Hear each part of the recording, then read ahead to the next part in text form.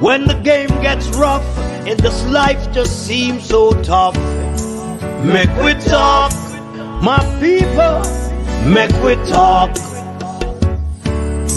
When this town becomes an ugly place, don't let it erase the smile from your face. Mek Wi Talk, people, Mek Wi Talk. Conversation is the key, a guiding light for you and me. Spark a talk and you will see. Conflict solver A to Z. World leaders master the art of self-defense just by talk.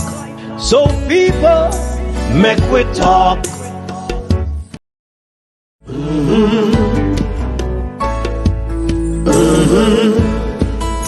When the game gets rough and this life just seems so tough, Mek Wi Talk, my people, Mek Wi Talk.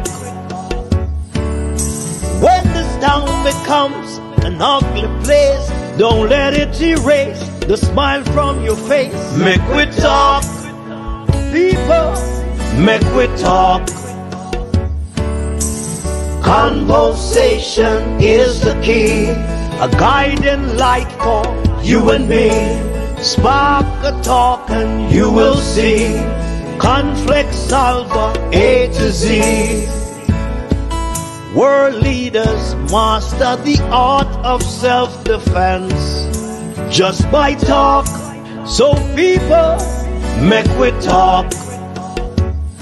Hey, we're living in a world that on ourselves we must depend.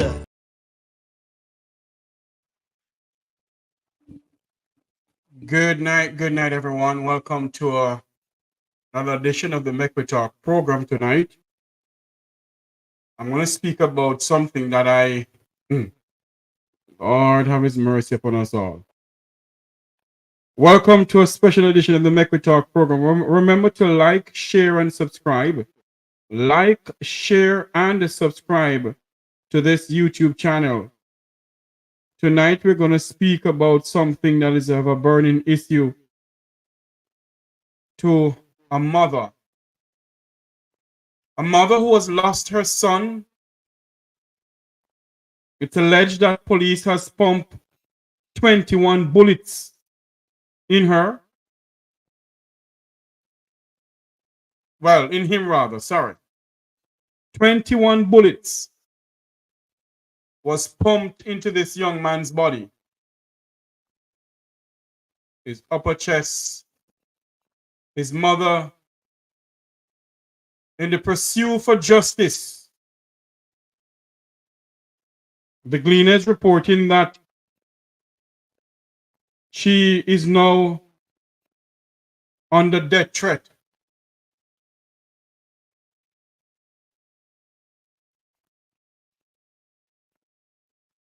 Under death threat. We're going to have her on the phone tonight in Jamaica, Andrea, yes? In the western part of Jamaica. If you're going to the Gleaner and type in 21 bullets, death threat, mom in the pursuit of justice for her son, was in the Sunday Gleaner, you'll see it come up. A mother in the pursuit of justice for her son.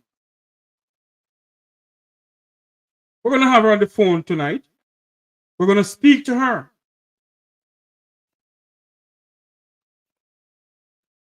When I say to you that this country is going on a path where only Almighty God knows where this country is going. Only the God above know where this country is going.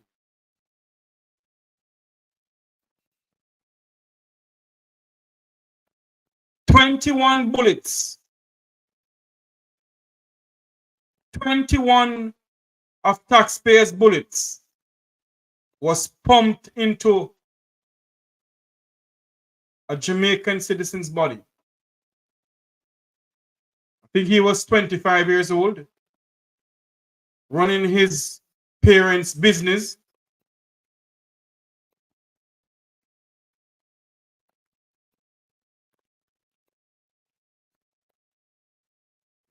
I'll have his mother come on and speak to us some more about this.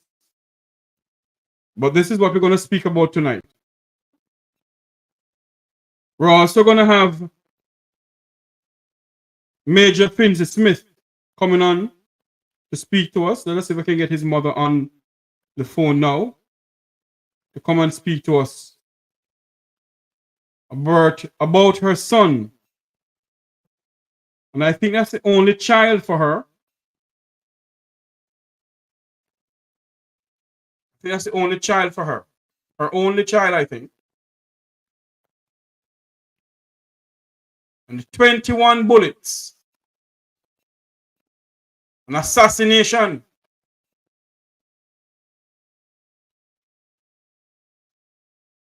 Let's see if I can get the mother on the phone now.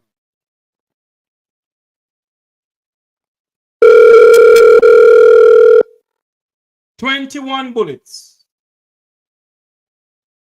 Good night, Thanks. mother. Good night, mother. How you doing? Not doing so good. You're live on the Mek Wi Talk program. Thank you for having me. From everyone. Thank you for coming on. Thank you for brave everything to come on. I know you're still in mourning because Okay. isn't he your only son? No, I have another son. Oh, you have another son. Okay, but he's the last one. He's the last one, yes. Yes, he's the last one of. How many children do you have, Maya? Just two. 2 sons. Wow. Yeah. Tell us what happened. Welcome to the Mek Wi Talk program. Tell us what is going on. Tell us what happened. And by the sound of your voice, you're very stressed out. You can hear that. And you're right now. You're being under death threat. Huh? Yes. Yes. Okay. Tell us what is going on. Tell us what happened. Why your son died. You have any idea why your son died?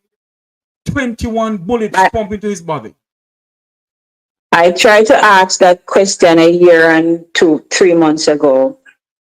My son, as I told you, he's a UTech student.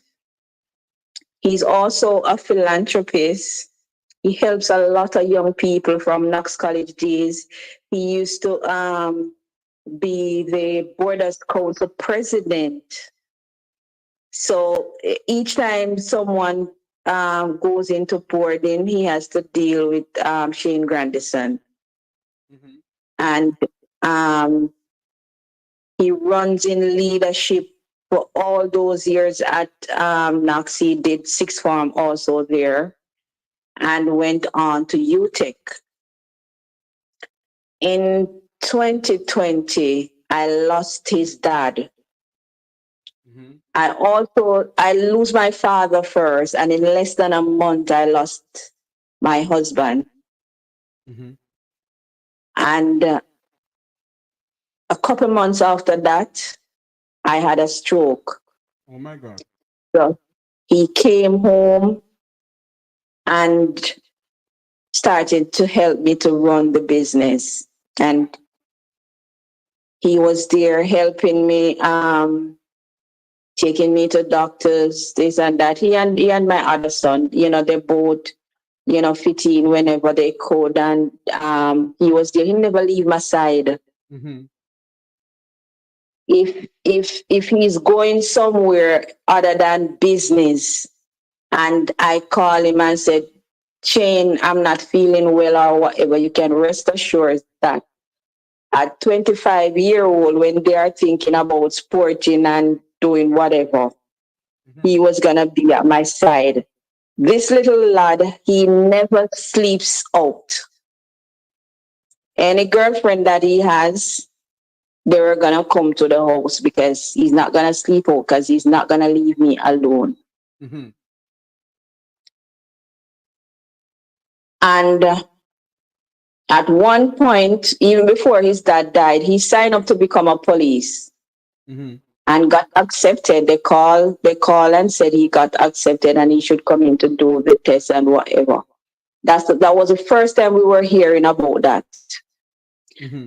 And his dad created a fit, and I said, listen, no, we're not gonna spend so much money on you and then you just come and become a police. Let me ask you a question And though, but before you go any further, all of this yes, occur where? Where all of this occur? the shooting Yes, where all of this occur? in, in the red ground area of Negril. Okay, go ahead. Yeah.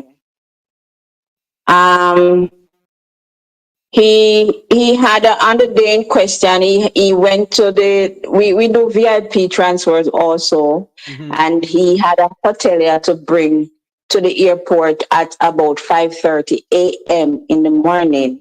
Mm-hmm.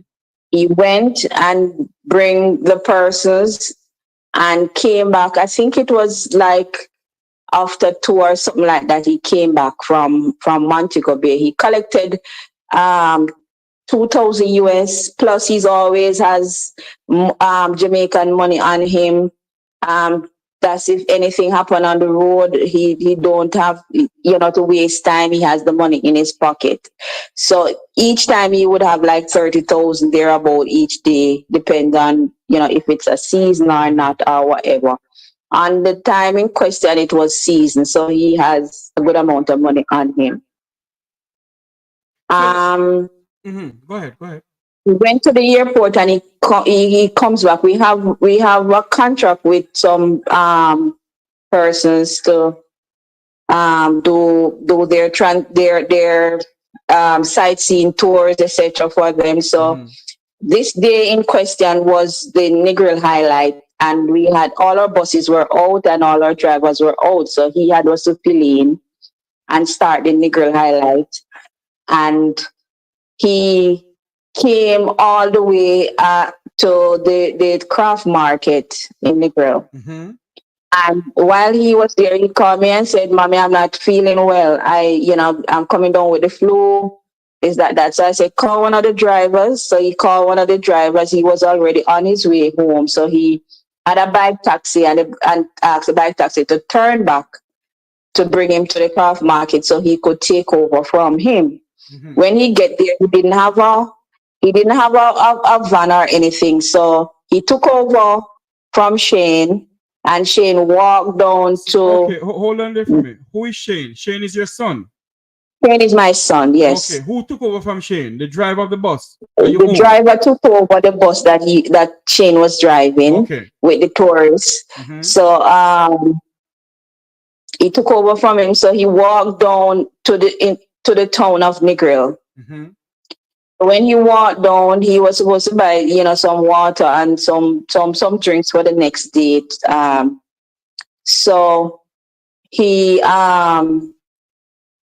he was going to a gas place in the Red Ground area. So he was on his way, and he was supposed to stop at a supermarket at the same time because the supermarket was on the way to the gas place. So he tell the lady that him soon come back.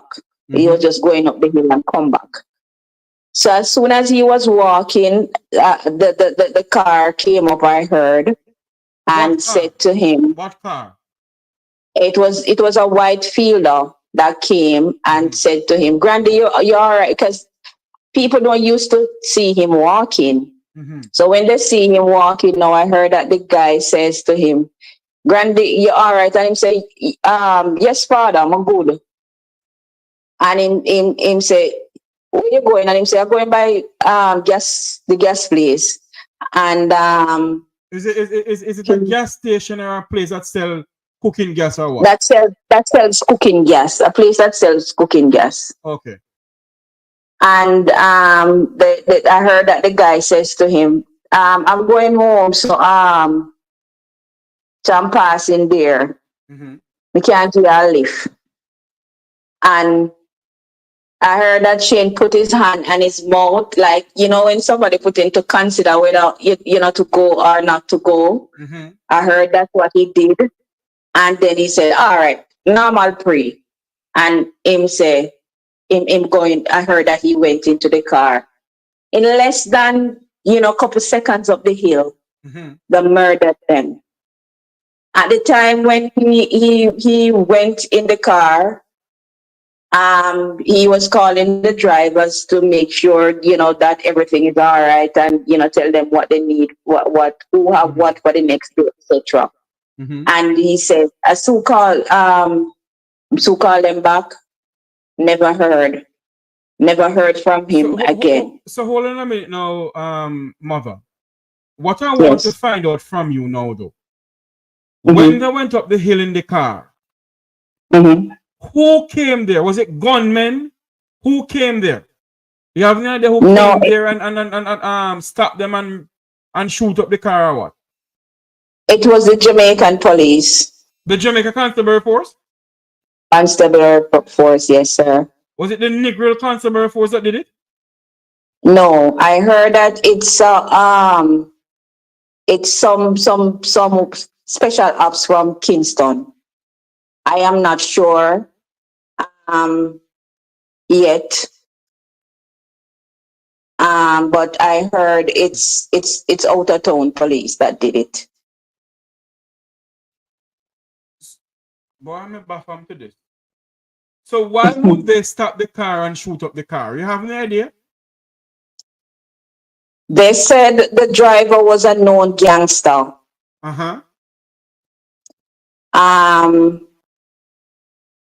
That's what I saw in the report. But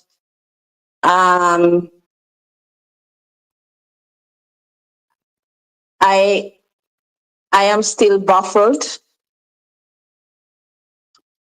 and I'm still to wrap my head around a lot of stuff. I went underground because I went right there the night, and I didn't know that it was my son that they murdered. I didn't know anything. I just saw the police because I was calling him, because usually my son would have checked in, like, from I get the stroke is like every 30 minutes, every hour, he just checked in. Mommy, you good? You all right? You get something to eat, you take your medication, whatever. He would just call me just out of the blues, just like that. He would just call me every 5 seconds. Sometimes I would say, leave me alone and stop bothering me. So let me ask that question. Yeah. They went up the hill because he was going up to a gas place that sells gas, yes. That sells gas. Okay. And based on what I read in the Gleaner. Okay, Major Smith is on. Major Finty Smith is on. Hold on for me. Major Smith, welcome to the program, sir. Sir, How are you doing? how are you? I am here looking and living. I have mother on the line with us. Okay. Lady that has been through lots. Yes. I'm still on the road, but yes, I know. I'm listening. Okay. So tell me something now. The mother, there's going up to the gas place. Somebody gave him a drive. Gave him a ride. And based on what you're saying, you get to understand that the person who was driving the car was a gangster. That's what the police says. What the police says. So how all of this happened? I'm trying to figure out how on earth they can shoot up a car. I have no idea. They would. I am still to wrap my head around that. Okay. Did you have the driver fire at the police? What happened? You hear when the driver fire at the police or what? Why that happened? Or did the police stop the car and then the driver away or something? I'm just trying to find out something here. No, it don't. From what I observe with the car, where the car stops, and the car stop. Well, when I went on the road the next day to find out from persons who have seen, to see if I could get some anybody to talk to Indicom or anything like that. Nobody wanted to talk to Indicom, but of course they tell me exactly what happened. And I spoke to a couple of people. Mm-hmm. Not only one person, I spoke to a couple of persons. And what they says is that there were three unmarked car, and a police jeep. And the police jeep is the one that signaled the car to stop. Mm-hmm. And as soon as they signaled the car to stop, the car pulled to the side, more to the side of the left, and stopped and wind down his window and wind down the back window behind him. Mm-hmm. And they said they were looking for the police to ask them for papers and tell them to come out and search them like they are accustomed to. Mm-hmm. But they said when they stopped the car and the car stopped, the police just came out and start shoot. And they shoot the driver first. And then it looks like they didn't realize that there were another person in the car. Mm-hmm. And they just turned the gun on my son. And give him 21 bullets? 21, yes. When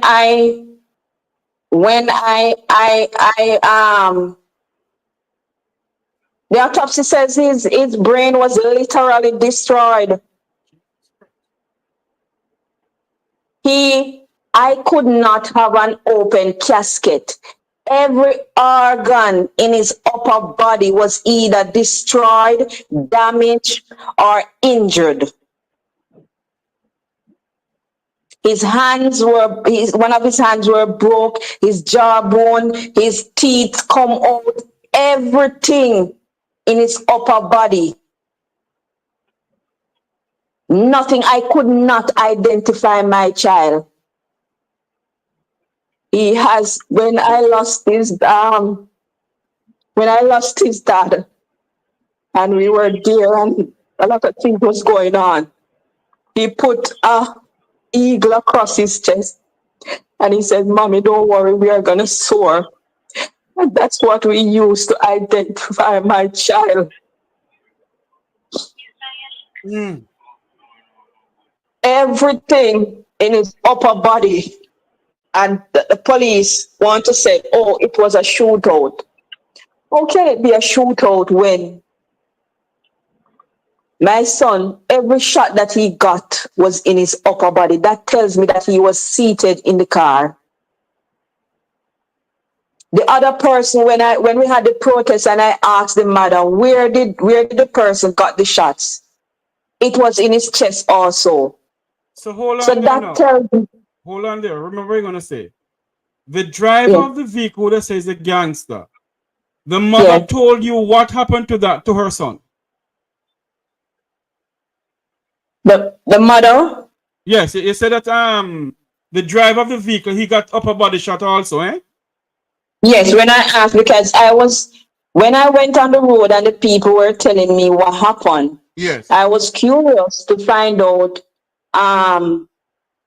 where did the other person get the shot. So when we were having the protest, the mother was there and I spoke to her and asked her, where did he get the shots? And the mother said it's in his chest or something in his top area. And I said, okay. And I realized that there was a lot of things that the people are saying one thing and the police are saying another thing. So you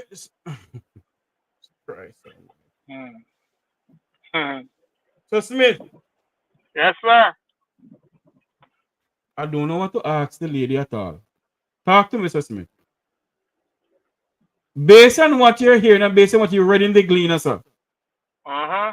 What would you say this is? 21 bullets? In one person? This reminds me of Keith Clark. It is, well, it's probably the same type of weapon, M16 or AR-15, which a couple squeezes of the trigger can, based on its rate of fire, can discharge an awful amount of rounds. But I had asked previously about gunpowder residue on her son's body, and from what I've heard,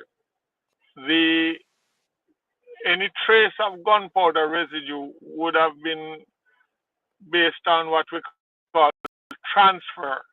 Like if I shoot at you and I then pick you up after that, the gunpowder residue from my shooting would essentially transfer to you when I'm lifting you. You understand what I'm saying? Yes. I don't think there's been enough gunpowder residue traces during the autopsy or whatever, or the forensic examination, to prove beyond the shadow of a doubt that he had fired a weapon.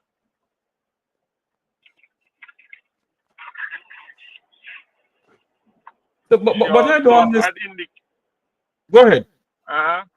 Go ahead. I Sir. also heard, you know, the nearby bushes thing? The nearby, what nearby bushes? That is what I'm looking for over a year now. I've been looking for the nearby bushes and cannot find it. The location of the shooting, you would have to transfer bushes there. Yes. You understand what I'm saying? And based on what I'm told, the ambush of the vehicle would have made almost impossible someone to leave the vehicle and escape the surrounding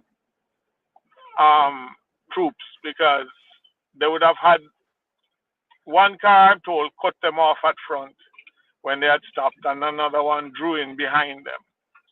And I'm not too certain where the marked vehicle went. But my vehicle was still there, from what I heard. And there were people around, you know.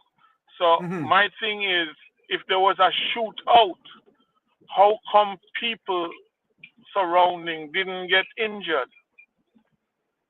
Because I'm told it happened very rapidly. There's another thing. I'm not trying to accuse anybody of anything or what, but I must ask a question. So based on what I have read, taking it at face value, the team that carried out the operation, as I see it, came from Kingston.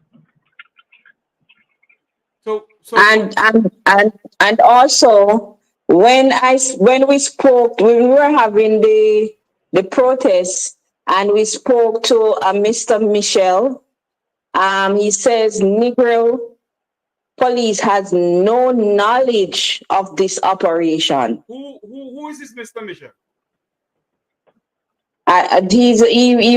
He was one of the head one there at the time. Oh, the head police in Negril. Yeah. When they told me that, but when she told me that, something rang in my head, because the original statement apparently said that the young man, alleged gangster, the one I think his name is Tupac, had been he had reported as a condition of his bail to the station that day. That same morning. But at the same time now, he said that he was brandishing a weapon. And if he was wanted, why didn't they not hold him when he reported as a condition of his bail? The other thing is, somebody called the police and reported his brandishing. You with me? Here's my problem.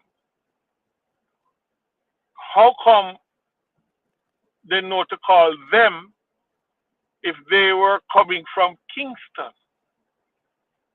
And the Negril police claim no knowledge of their presence. So who knew enough about them to know what number to call? Mm-hmm. Again, I'm not making any accusations. I'm just asking questions that came to my mind when I was first asked I, to look at the situation. I think they took the land phone in with them. The land phone, I don't understand. I'm just making a sarcasm. Okay, okay, sorry, okay. Yeah. Okay. Then, Lord Jesus, I am lost for word. So tell me now, mother, all of this that Yes, sir. happened, Yeah. where is the case now? What is going on? They're still waiting on Indy come to finish with their investigation. They are not finished yet. Mm-hmm. So we're still waiting on them. So as soon as they wrap up, then we will know where to go from there. Have your son ever been involved in any wrongdoing in Negril? Never in his 25 years of his life. My son is a philanthropist. He helps a lot of young people who are going down the wrong road. He helps to bring them back because he always said, before his dad died, we always have a problem with it. We always tell him, Shane, you cannot help everybody. Some people you have to just leave them alone. But he has this thing that mommy sometimes these underprivileged kids or underprivileged people doesn't even believe in themselves. But it can take just one person to let them understand that, listen, you can do better. You can make it. You can do it. To believe in them, for them to be on the right track. Because he said he always believed that sometimes mommy from their upbringing, etc., they don't know any better. And if Sorry, somebody Jeffrey, comes along and speaks to give me them, 2 seconds, I'll be right back. Okay, Sesame, go ahead, mother. Go ahead, mother. yeah, he always said sometimes if somebody just come along and tell them that, listen, I believe in you, I believe you can do it. Because what he used to do, my son, when he comes down, he buys some black pants, white shirts, and he always says, listen, if he saw somebody who he think have potential or whatever that is, on the road every day or whatever, he would say, listen, you have a black pants or you have a white shirt. And if they said no, he would say, listen, what's your size?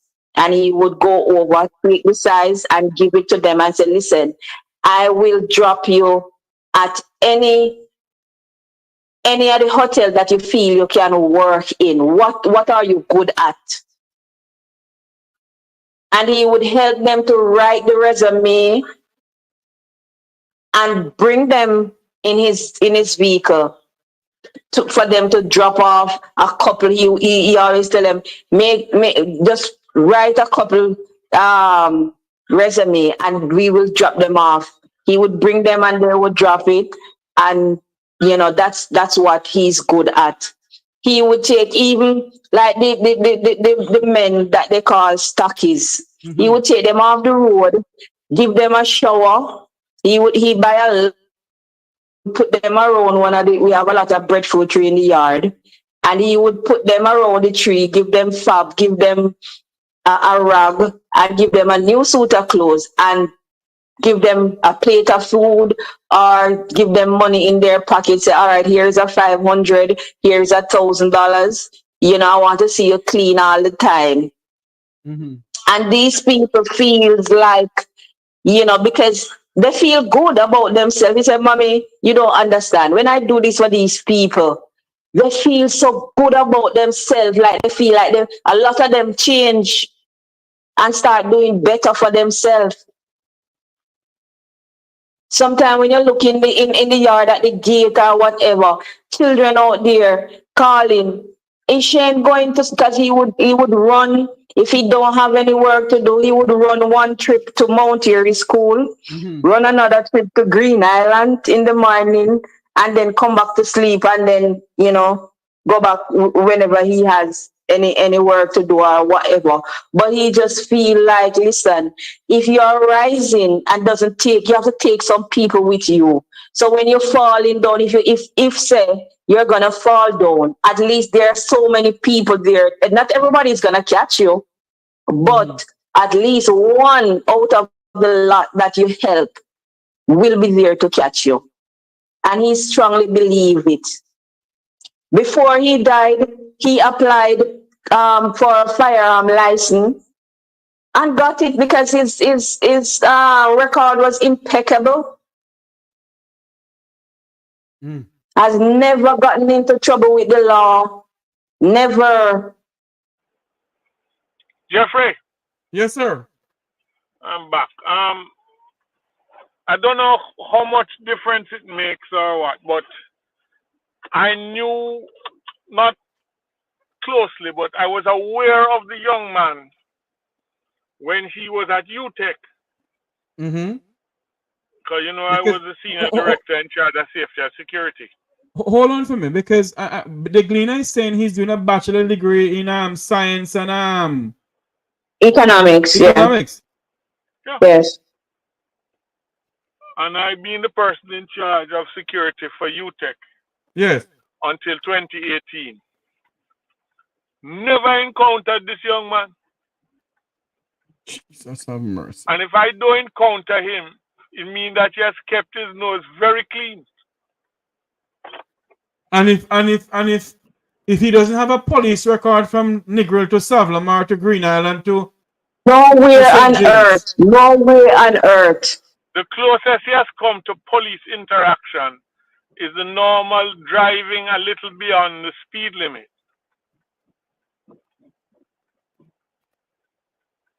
Dear God in You follow heaven. what I'm saying to you? Yes, yes, yes.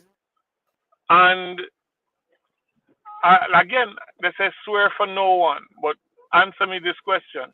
Uh-huh.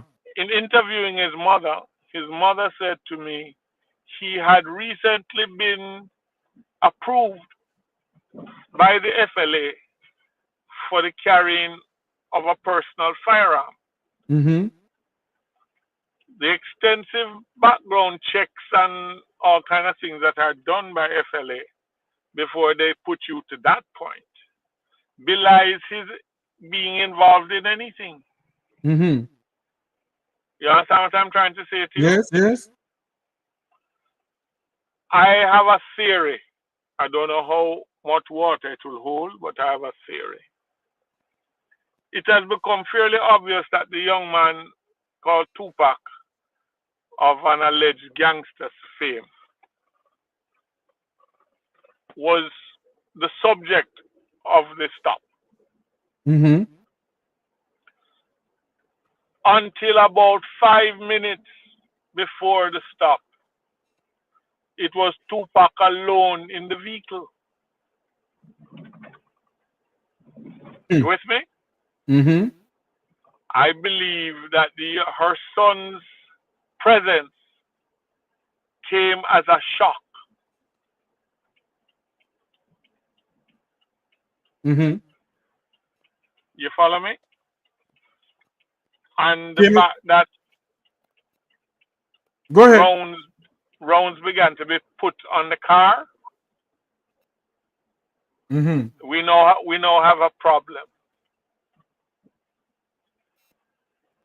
So we take everybody. But why would police leave from Kingston come to Negril for that?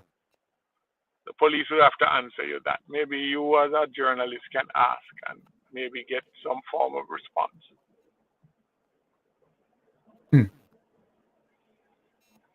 Father, I stretch my hand to thee, O Lord. There are some people who, for their own political reasons, I suppose, have commented that it may have been contributed to by the utterance of a senior politician who said, shoot to kill. Shoot, kill, and ask question after. There you go. All right. So now, I don't even think they knew who was in the vehicle till it all done. And maybe at that point in time, anybody know the boy? Oops. So much so that when they spoke to the mirror, the antecedents they attributed to the two gentlemen gave her son a reputation he never obtained while alive. Mm-hmm. So hold on there. Hold on just a minute, Mr. Smith. You're saying to me that when the police spoke to the Western Mirror, that's the Gleaner, that's the Western Mirror Whoever's newspaper interviewed in by, Montego Bay, yeah, they portray it as if the young man Shane is a bad influence. yeah, man. Yes. You can go back and ask them to send you a copy of it. Ask Mr. Smith to send you a copy of it.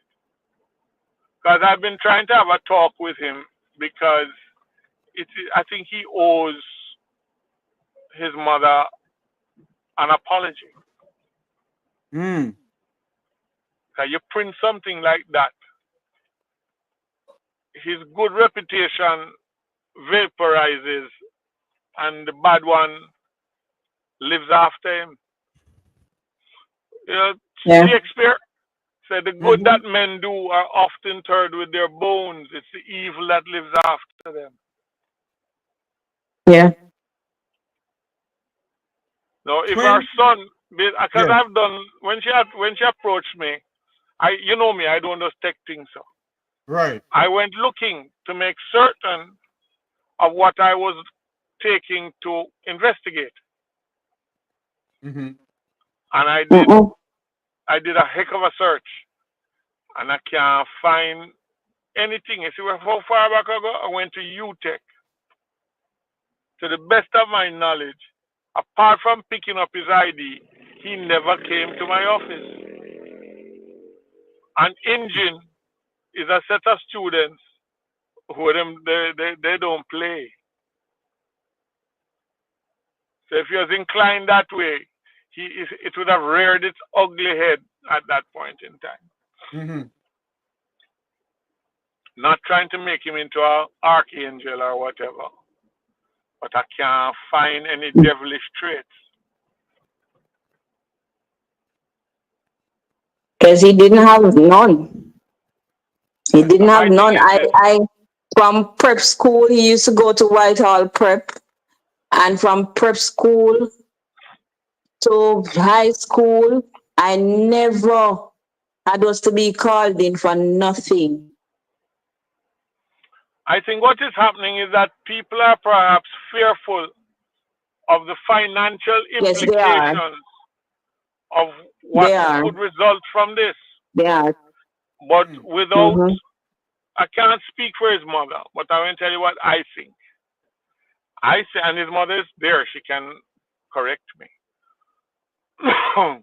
I think what she's looking for more than any millions of dollars is her son's name. Yes. Because my son, while going to Knox College, he always talked to Mr. Cohen. And he always said, Mr. Cohen always said, sometimes all you have is your name. Yeah. You have to make sure it is clean. And he's always repeating that. He said, sometimes all you have is just your name. Yep. And you may not a have lot any of cash, times but your from this reputation. happen, it's like all I can hear is him say that to me. What is saying, Sesame? Go ahead, Sesame. I'm saying that no amount of millions of dollars can adequately compensate your reputation. Yes. So somebody asked me why I took up this thing to look at it, because I was convinced that how he was being painted because of being in the wrong place at the wrong time was highly unfortunate. Mm-hmm. Yeah. You see, if that even said, this is just my personal statement, I'm not speaking for the mother or anything else. Even if they had said that in the altercation alleged with the driver, the young man got caught in the crossfire. Mm-hmm. Yeah, what? Yes, but my problem is 21 rounds does not a crossfire make. Mm-hmm. If a stray Ain't that round to lick interesting? him in it, if the stray round to lick him in his head and he died, he said, boy, they could have been a lot more careful in the way they did this. But they were being shot at and blah blah blah. But 21 rounds? And I'm 21 going to say bullets. one more thing and then I'm going to shut up. Mm-hmm.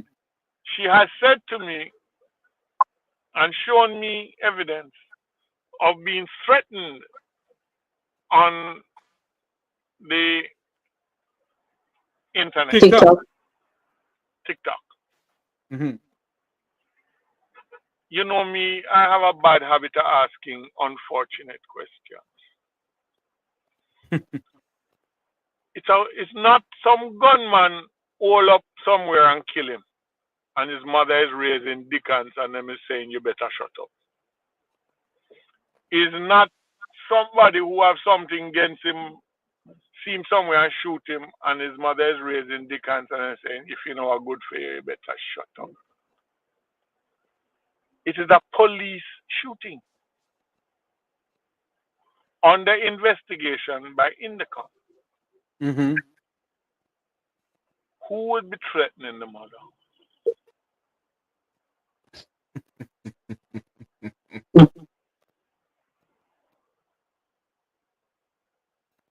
My God, why has the I know that is an unfortunate question, and I really do expect an answer from either of you, but that's just my thought process. I Who tell you would be something. threatening the mother? I tell you something, Sir Smith. As I sit in my studio here, Mm-hmm. my heart grieves for Shane's mother. Mm-hmm. And I ay, ay, ay, ay, ay, ay, ay. She's my client, so I can say this. Her health has suffered because at one stage I was unable to get direct contact with her because she was abroad being treated. Mm. And I honestly believe that is her feeling of indignation, and she intends to see her son's name cleared. And feeling like Jamaica has failed me miserably because my husband and my father also died in questionable circumstances at the hospitals here, private hospital and also public hospital, because my dad died in a public hospital and my husband died in a private hospital, and it was questionable. Both death was questionable. And then my son So in all was three losses, very ill. she has reason, but in These all two three kids, losses, I have gone through hell and back with them. I what went she's saying to you through is hell that in she, my younger years, and I Hold on decided for Mr. Smith. Let you talk. Hold on for Mr. Smith. Go ahead, mother. Go ahead, mother. that my kids, I wouldn't go anywhere without them, and they wouldn't go anywhere without me. And I would be there when anything happened. July 17th, these people murder my son. And I wasn't there to help him. I think what she's trying to tell Yeah, you, Jeffrey, so many Jamaica in her mind has corruption failed her. that I came upon while searching for justice for my child. So many corruptions, so many roadblocks, Everybody just jump in. They don't even know about the case. From they hear about police killing, it's like everybody throw their hands up in the air and don't want to help you. Because they've already criminalized her son.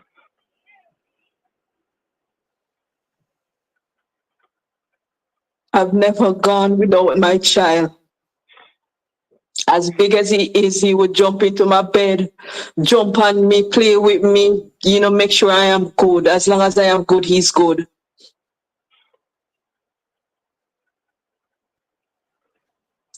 And these people murders my son.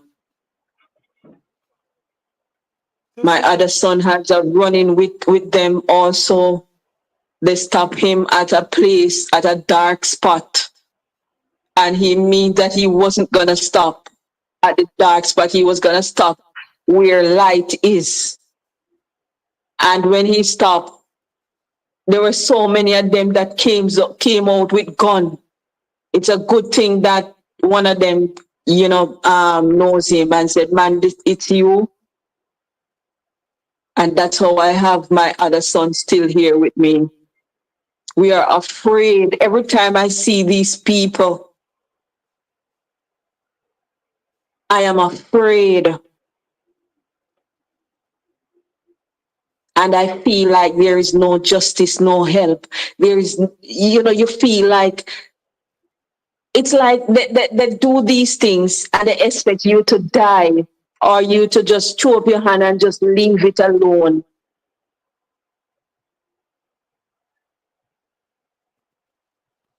Because there is nowhere to help. So Smith, Uh-huh. I ask the question time and time again. Uh-huh. Is there any justice in this country for the Jamaican people? No. If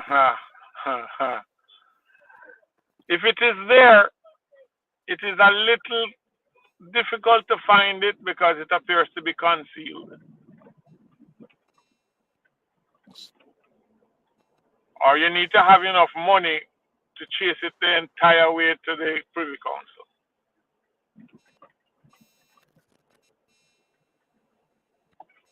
What she just said to you, I wonder if you're listening.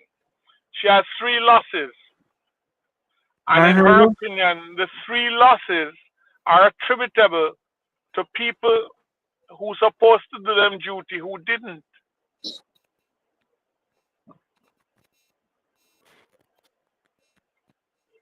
I am lost for words, Smith.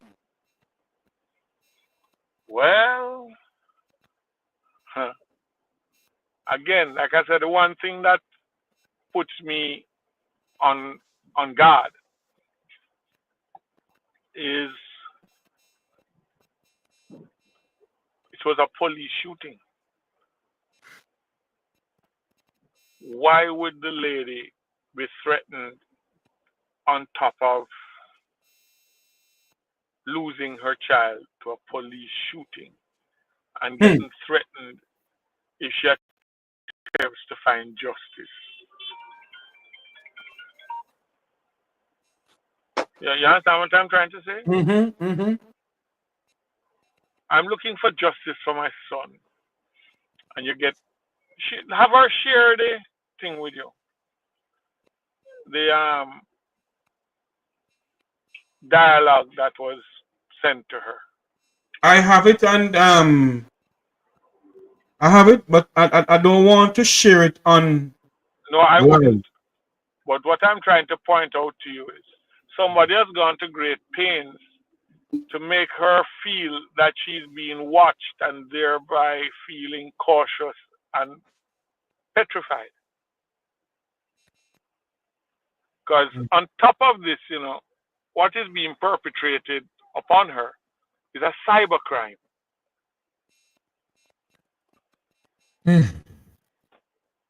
Somebody is using the internet to threaten a mother who has lost a son. When will the Jamaican people ever get justice in this country? Maybe if you have a couple dozen more mothers like her who said them not stop. But until you have people who are essentially inclined to shut them out rather than pursue the truth, we'll always. And you see, no disrespect to the lady, but every day in this country, in the inner cities, another mother wails in pain because our son is another victim of It's the becoming the norm. Men shoot at the police and some run into the bushes or one run into the bushes or whatever. It's a script.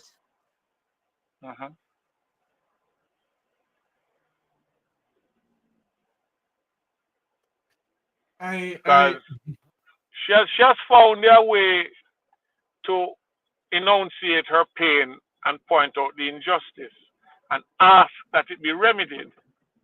What about the woman down in Olympic, in Trenchtown, who is saying, you think that bad? Them kick off my door and shoot my son and say there was a shootout. Hmm. And the rest of us sit down and say, she can't say anything here. Her son was probably a gunman. True. Because it suits us to believe the worst of people rather than believe what really happened. Because if you believe what really happened, you don't leave your yard.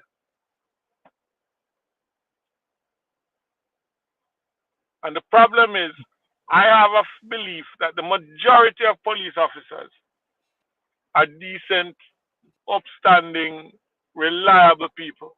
Yes. But there's a clique that's intent on carving an image for the force that is unfortunate. Yeah. Also, his phone. He has his phones on him, and up until this day, I thought that at first, when I asked about his phone, I was told that maybe Mocha has it. Then I waited a couple of months afterwards, and I asked again. His phone is nowhere. It's like it fly off of the face of the earth from the murder him until now. His phone was turned off 6:40. That's a little bit after they murdered him, and that was it. So until now, you can't find his phone at all? No trace of his phone. He collected 2,000 US from me in Montego Bay. And when he collected the 2,000 US, he had some Jamaican money on him also. And not even I don't get $100 back. Oh, Jesus Christ. He had on a Movado watch. The watch is nowhere to be found also.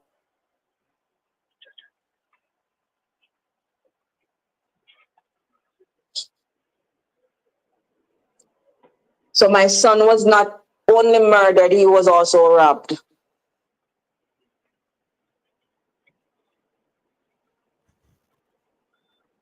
Listen, Yeah.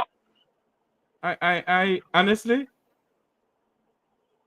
everybody knows me mouth always big when me to do things, you know. But this one has shook me to the core. Well, you remember I said to you, I have something that you better be sitting down when I tell you. Yes. Okay. Did I lie? No. Alrighty. Pity we can't say the same for other people.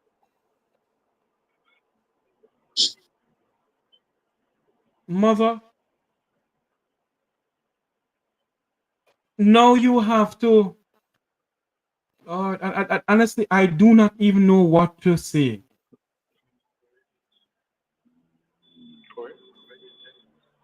This nation of ours. You know the whole Negro spiritual? Nobody knows the trouble I've seen. Nobody knows but Jesus. Sometimes I'm up and sometimes I'm down. Yes, exactly. Nobody knows. Nobody knows but Jesus. Yeah. Sometimes I'm up and And sometimes I'm down. I heard somebody say the other day when I Mm. spoke to them about that Negro spiritual and reached the point that said nobody knows but Jesus. And a person blaspheme and tell me, Uh-huh. now tell me that, God, them crucify him too. Jesus have mercy, God.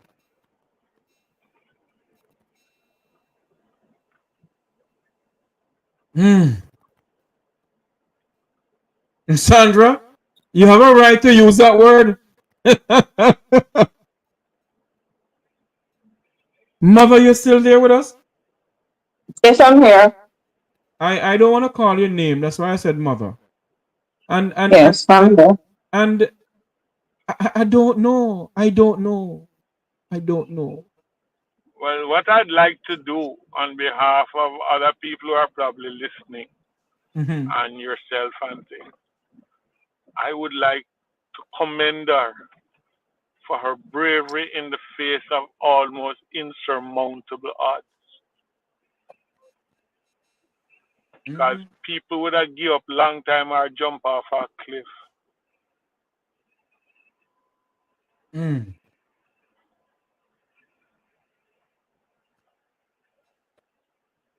Is Rough. is is this the Jamaica? Is this the Jamaica they're talking about a 2030 vision? No man, that died. Which When they 2030 vision? can't secure their own people. How do you raise a child to the best of You your rob my ability and son the of child his take it? human rights. I The didn't. child takes the teaching, Uh-huh. and when the child takes the teaching, the state kills him. Hmm. You understand what I'm saying? When I I raise my I have children. not, All right, Sesame, go ahead and then mother, you come on in. Go ahead, I Sesame. raise I raise my children to have principle, to be honest, straightforward, you know, not to put up with certain things. And I'm now beginning to feel I'm down to my last one. He's 19. He's sitting right here beside me. Mm-hmm. And we don't always agree on everything. But I want to apologize to him now in front of everybody who listening. Because I made a mistake. I gave him all this teaching about good behavior and being a decent citizen. And I put him at a disadvantage. I should have teach him for thief. You don't mean that. Why, sometimes I wonder, boss man, because you have people in high positions in the country who giving people the impression that if you're at a certain level, you can thief and get away with it. If you're at Yes. a certain level, you can kill people's decent children and get away with it. And not only get away with it, you add insult to injury by painting that child a color that he never was. And not only that, Sir Smith, the state is teaching people, our young people are coming up, that you as a lawyer can kill a man in your house and get away with it. It's alleged. yes, Boss Is this? man, Hmm. boss man. Hmm. One law for you, next law for me. And this is what the Jamaican people are going to the polls for come next year. A corrupt, infected nation. A nation that is run by corruption, where there is no Mm-hmm. justice for poor people in this country. Mm-hmm. To be poor is a crime. none at all. As you speak about corruption, I I have not gotten my son death certificate. My son died 2023 Uh-huh. July. Uh-huh.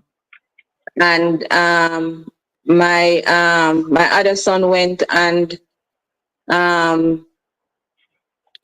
went to the police because they said that we have to get the autopsy report from them. My son went there, they told him that he needs to go to the court's office to fill out a Form D. He filled out that Form D, came home. About 2 weeks after, they called him to say, oh, they need his birth certificate. Whose birth certificate? Your son who died? My son who died, they need his birth certificate. Because they had put the wrong date of birth, the wrong spelling of some stuff and whatever. My son said, no problem. Bring it in. This was I think it was in August. When we brought it in and everything and thinking that, okay, we're going to get to be able to, to apply for his death certificate soon. We got to run around so many times. So many times I go to the court's office. If I stop at the court's office first, they said, it's not here. Go upstairs to the CIB office.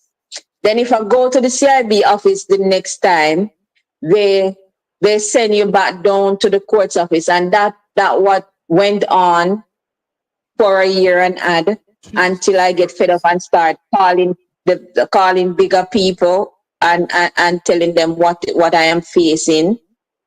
The last time before now, when I went there, I had also break down and cry. I said, after you guys murder my son, 21 shots, you guys are still giving me as the mother the run around. Because my son said, listen, I can't deal with these people. I don't, I just don't have the tolerance for them. Mommy, you have to go. So then I start going. And when I go, I was getting the run around. I had also to call people. I just got the D form this Wednesday. So all know you haven't got the death certificate?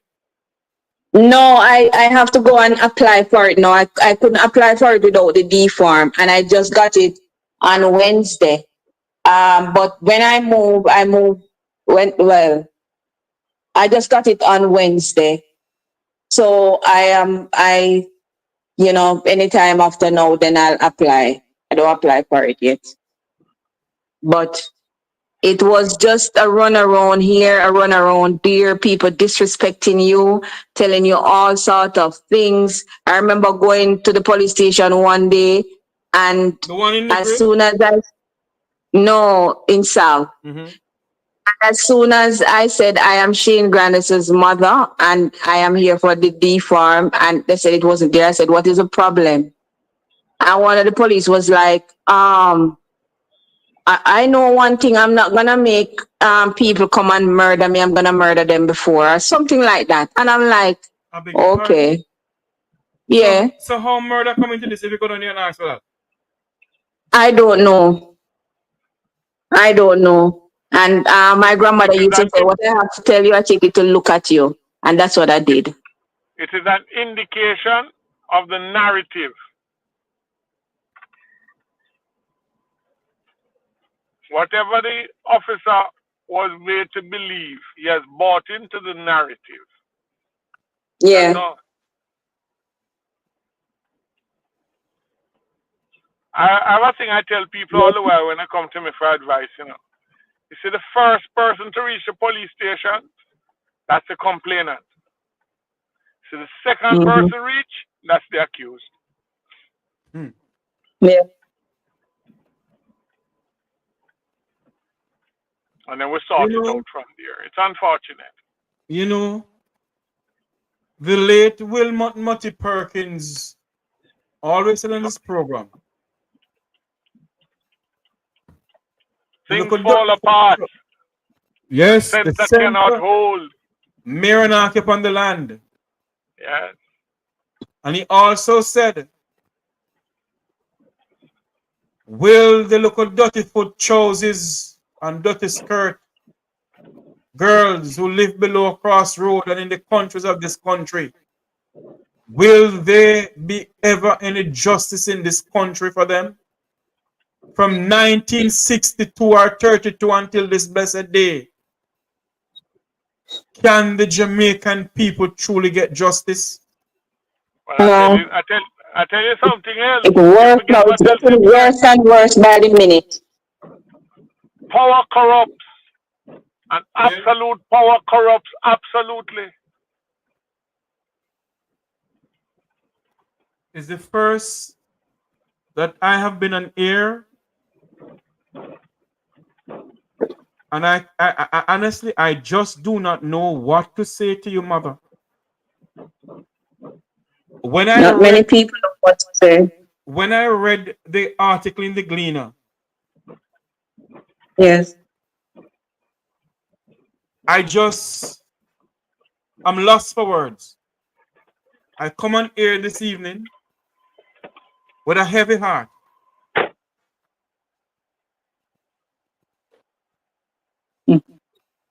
May I ask your support in Mhm. asking the Mirror to retract its story as concerns the antecedent of young Grandison? Yes, I don't have former former Speaker of the House of Representatives who is the owner for the Western Mirror. I used to have his number, but it lost in another phone that I have. I'm gonna search for it and let you and I talk off here now. Yes, because to me it is the first step towards regaining her son's good name. Let's start there. Thank We're you. not looking for blame or anything. That will come in due course. Mhm. Something always rises to the top. It's not always cream. In But hold on this minute. Somebody on the thing say I've never heard of a family member applying for a death certificate. Maybe I am wrong. In Jamaica, if you apply for every damn thing in this country. if In Jamaica, you have to apply for it. you're not careful, you have to apply for the right to breathe. Thank you. Well, And it's only one person in the country for the 14 parishes of Jamaica. The 3 counties, only one person that does what they call it again?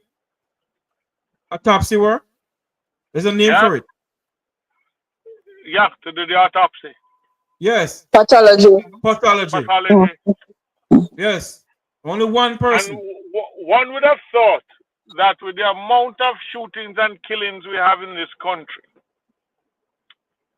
we would have ensured that we have sufficient, efficient pathologists to do the work so that families having had to deal with the death no longer have to deal with the weight. They don't give a damn about the people of this country. Damn if back you to don't, back, damn if you do. Nobody back to back, cares. back to back, belly to belly. Don't give a damn. Them done there already. You know, I heard my good friend Jerry Small once said on this program to me,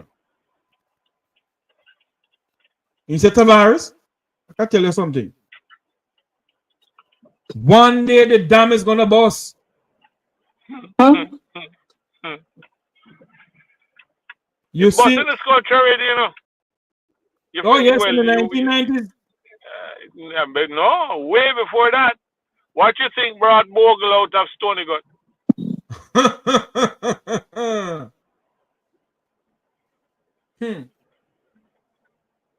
I'm not calling it down and suggesting it to anyone who may want to be influenced.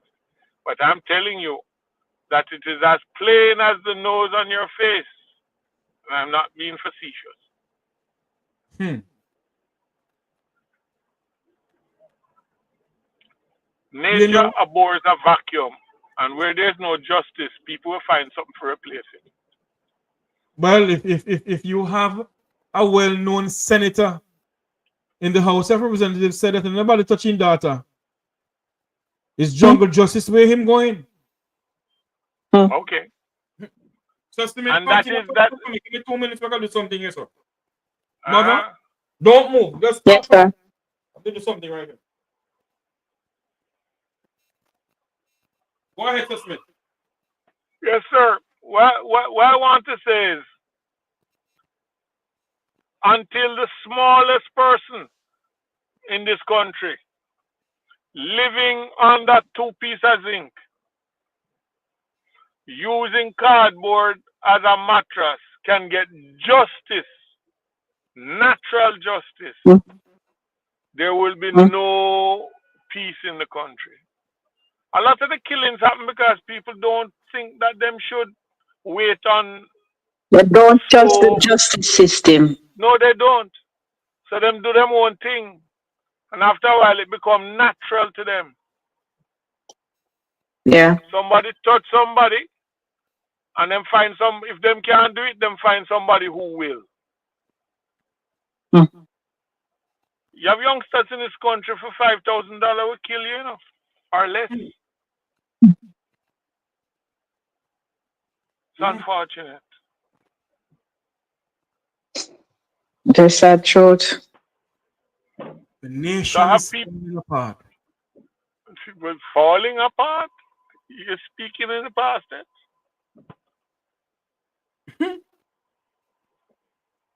You see, Jeffrey, I tell you what pisses me off. I managed, through the grace of God, to raise 6 picnic into them adult stages. My youngest that's sitting beside me here is 19. Yeah? And I say, boy, Bobby, clap yourself on the back, clap yourself twice. You have done well. You have brought all your children to the brink, if not into adulthood, and none of them not go to jail, and you have done well. And just as I was beginning to think I need to go sit down and watch Netflix, I find that I'm living in a Netflix movie. And my danger now is I now have 2 grandchildren, 2 grandsons. What am I leaving them into?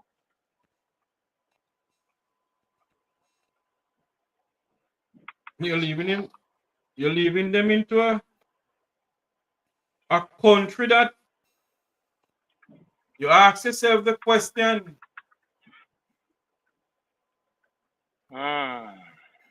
Many days. Is this the Jamaica we're going to leave our children into? Exactly. And what do you say to them when you're in a rocking chair and can't walk without assistance? And them say, Grandpa, you wasn't in the army. So, how this get you, sir? What can you say to them?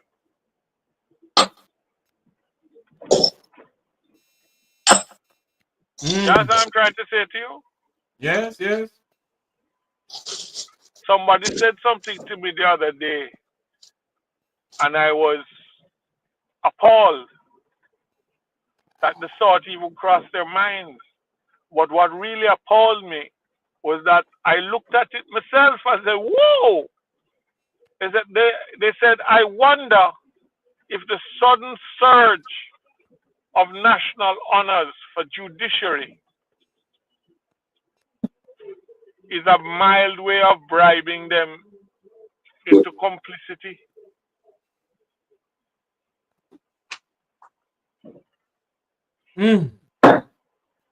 And the fact that they said that to me frightened me.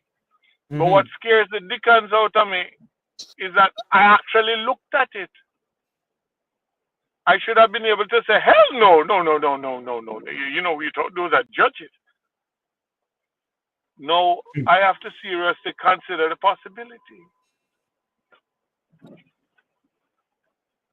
When you have a nation questioning why you would want to keep an individual in a position of the director of public prosecutions beyond a time that they should have been gone, to what end? Are we so bereft of legal knowledge that they're the only person who can bring something to the table? If so, the Norman Manley Law School has failed miserably. I believe they have failed this country miserably indeed. You see, the country is filled with what you call conflicts of interest. Yes. You're rushing headlong into becoming a republic, Hmm.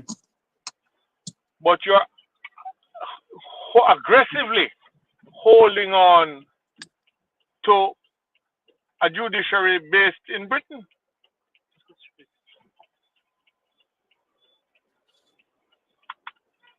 So you're going to be a republic ruled by the Privy Council?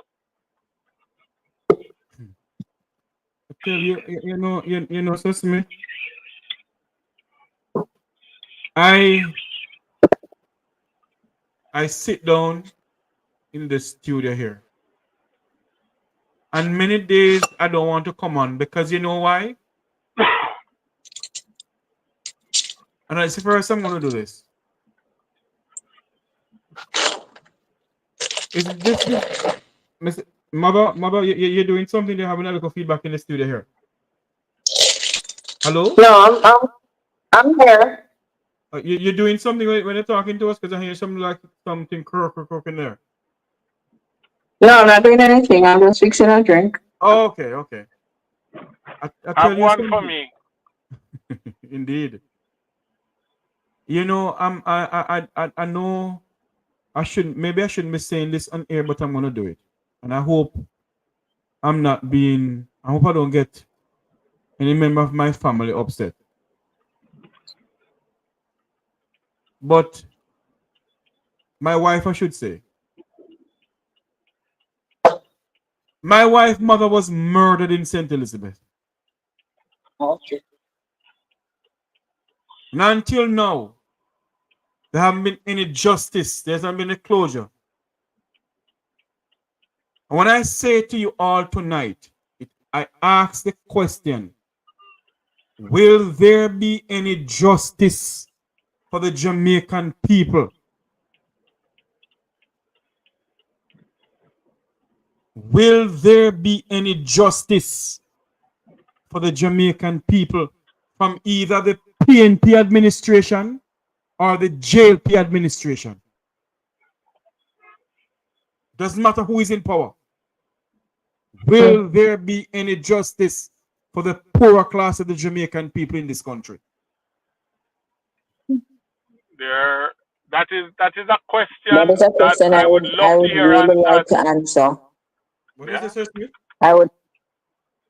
No, that I said question that is a question that I would really like someone to answer. yeah, and answer it not just as word sound, but answer it with a certain level of conviction and a level of power that allows you to back that up.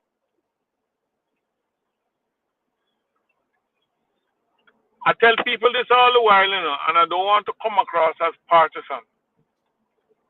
You know why a lot of people in power railed against Portia Simpson Miller? Mm-hmm. She sent Jag Smith to jail. Yes. Unheard of. Former minister wearing short pants. You're mad. Because it opened the door to the possibility that one of them could wear it too.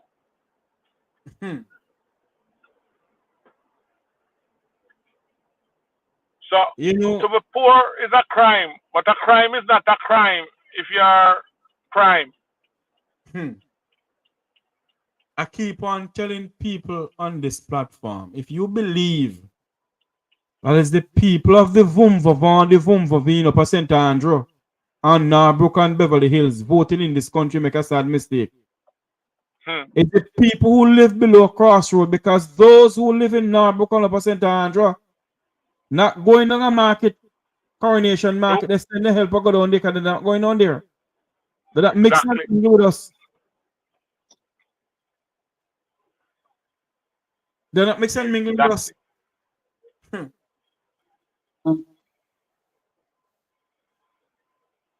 I think I must have told you about it. Baba and the music. Yes. Ba uba ba ya. Remember the music there? Oh yes. People see me acting strange. They might think it's a burning shame, but the people don't realize the pangs of hell that I feel. Mama, another one that say, I was drawn into myself, observing all this time. From every angle I could see, my people are meeting hell. Brothers are drawn to crime, so them die from time to time. We'd like to ask you leaders, what have you got in mind? Hear the dangerous part of the song now. I feel the fire spreading. It's getting hotter than hot. The haves will want to be in the shoes of the have-nots. If the sign is on your door, you may be safe for sure. But if you in pretense, you're on the wrong side of the fence. I'm telling you, if YouTube wasn't gonna give me a copyright on this channel here, I'd have play a song by Burning Spear and one by oh Lord, the one who said Fire Per Room. Mm-hmm. You know that one? Trust me. Yeah. When we tell Patterson and Matalan about poor people land, you turn around. When we ask Andrew Holness about poor people land. Delroy Chuck promised us justice in this country. Him and Andrew Holness, are we getting justice as this? But listen to me, Jamaicans. I tell you already, you know, the soul of Jamaica's democracy relies on you, the Jamaican people, you know. The change that you seek will never come from the two political parties in this country. It has to come from you. People. Demand what you want. We is the change that we seek in this country, and not because certain things don't come out your doorstep in a business with it. We're all Jamaicans. We must stand up for each other. You have some people listening to you now wondering what the noise is about. The noise is a woman lost her son under dubious circumstances. And if a gunman had killed him, it was a bad and horrible and not too bad, but it's police kill him. The state. So now, taxpayers bullet. For those of you listening and want to know what the fuss is about, I wish no ill on anyone, but wait till it's your picnic. Or you can try and help to get justice so it won't be one of your picnic. My God in heaven. Hey, Jesus. How long, mighty God? How long? How long shall the wicked reign over my people? How long shall the wicked reign over your people, mighty God? How long? How long before you walk into this country called Jamaica? How long? Tell him don't walk. He will run into gunman. Tell him fly over. How long, dear God? How long? A mother weep for her son. Her belly pain. You know what struck me, Jeffrey? I have to go, but let me leave you with this. If it was a case where she was a mother who said, I talked to him, and he wouldn't hear, you don't feel it fair to, but you understand? But that's not the case.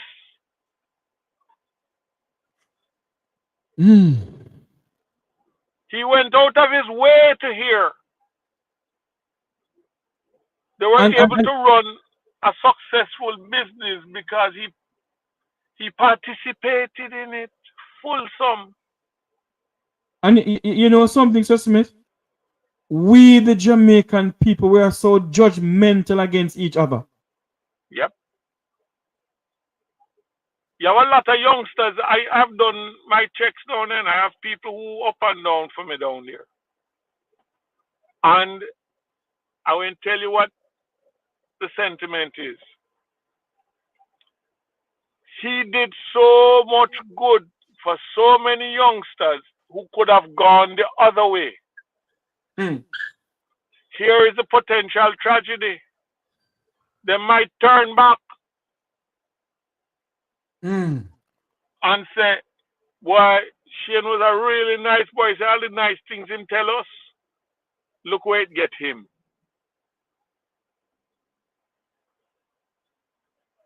You understand the danger? Yes, yes. Mother, I will speak to thee anon. Mother, you there? Yeah, I'm here. I'm I here, will, Mr. Oh, Mr. Son. I will speak to you anon. You Jeffrey, speak to me? yes. He I said he'll speak give to you you a call. tomorrow. No, no problem. Thank you so much. Hold on You're for me, most mother. Hold welcome. on. Sister Smith, don't go yet. Let me just tell mommy, mother, hold the faith. Do like what my grandmother and my godmother does. You grew up, pretty much you grew up in a Christian home. Yes, sir. Go down pass some fasting and prayer. Because I That's the know, order of the day. because That's the I order know, of the day. I She don't have know. to fast no more. If she don't eat soon, she going to disappear. Hmm. Hmm. I know the God that makes heaven and earth, not sleeping. Ah, I know too. And I want to thank everyone that prays with me. My mom, who is not doing well because of this, because this little boy was her life also. Um, he was one of those kids where everybody in the family and him get on. He would, go beyond for everyone. Um, there's a lot of prayer warriors that helps me along the way, and I want to thank them. I want to thank so many people behind the scenes. My son, I love you, Hmm. and I want to thank you. Um, the question I would like to ask for these people to answer me: what law did my son breaks on July 17, 23? Or what law did he ever break in his 25 years? I would like for them to answer me that. Thank you so much you for know, having me. Thank you that's a so much, good Mr. question, Smith. ma'am. Thanks to Ma'am, everyone. my pleasure. Hold on for Mr. Try Smith. get some sleep, ma'am. Yeah. Thank you. And, All and, right. and I will give you a call. Thank you. I'll keep in contact with you. Thank you. May God continue to protect you, and may He comfort you. Amen. May He comfort you in this time of your bereavement. Thank May you. He allow you to find peace and Mm-hmm. justice for the Amen. loss He of your said he's a son. God of justice, and I believe. The Bible said, some of the Bible read, Yeah. vengeance is mine, saith the Lord, I shall repay. Yes. Mm. Hmm. Mother, that's what Mr. Smith said, try and get some sleep. It's easier said than Thank done, you. but try and do your best. Have a good night, ma. Thank you. Thank you, All right, Mr. ma'am. Tavares, for having me. Thank you so much You're for welcome. letting us share your platform. Thank you so much. You're welcome, ma'am. May God bless you. Same to you, sir. Okay, mother. Mr. Smith? Jeffrey. Aye. Aye. Mm-hmm. Aye. Thank you for coming on, Mr. Smith. You're most welcome, sir. All the You best. know me, the cases I do sometimes I keep in the shadows, Mm-hmm. but this one I would be remiss. I would let down my mother, my father, and my grandmother if I didn't stick up my mouth and say something. Mm-hmm. Mm-hmm. In the back of me, Hold on for a minute. hmm? And let everybody know, I'm going to open up the phone lines for a couple of calls. I know my good friend Christopher, who is online now, is going to call in. So I'm going to open my phone. I'm going to open the phone lines for people to call in and give me your views on what is going on. What do you think about this case? 21 bullets. It reminds me of when the JDF assassinated Keith Clark in Kirkland Heights. Go ahead, Sir Smith. Yes, sir. I'm going to step out for a while. I'll try to step back in before you're done. Okay, no problem. Okay, man. All right. Good, good. The numbers to call is 954-529-8030. That's 954-529-8030. Give me a call and tell me what you think is going on. Mighty God of Daniel, stand by us, Lord. Nation is under siege, from politics to criminality to corruption. What is next, Lord? What is next? Sir Christopher, give me a call, man. I want to hear your voice on this. 954-529-8030. A mother weeps for her child. And how many other mothers in this country is weeping for their children? Or they can hear people come on your platform. Child, happening in America too. When you just bring it down Jamaica. Mother weeping for her son. A mother's daughter couldn't get a surgery today because there was no air condition working at the Bustamante Hospital. Good night. Welcome to Mek Wi Talk. You're live. Yes, night. And how much police officer shoot that young man? Look like the whole of them. The one of them. You look so. Because it simply means that, well, I don't know if a 2 or 3. Because if a 2 or 3, that means when them find them guilty in a life imprisonment, they be getting a. Life in There's prison. no way. So hold on, at the 21 shot in get, right? Yes, sir. So hold on, let me see how much so that means it inspire over 40 other rounds or 30 other rounds. Uh-huh. Jesus Christ, God Almighty. And then yesterday was a And then shootout. I charge them a police down now. Mm-mm. There's no way you have to discharge your weapon. So much rounds out of your weapon. After no blows and skirt warrior there. I know warrior there. You know that war. Caller. Nah man, they need to charge them a police the one. Let me tell you something. You see, everybody has to be careful nowadays in this country. Everybody has to be careful because you don't know who is who. But let me tell you something. Elder, me not preach no foolishness by your program, but me hear No, sir. Mr. What's his name again? Who? That just come out the program. Sir Francis Smith? Yeah, when him say people not waiting on the law. Me can't tell you.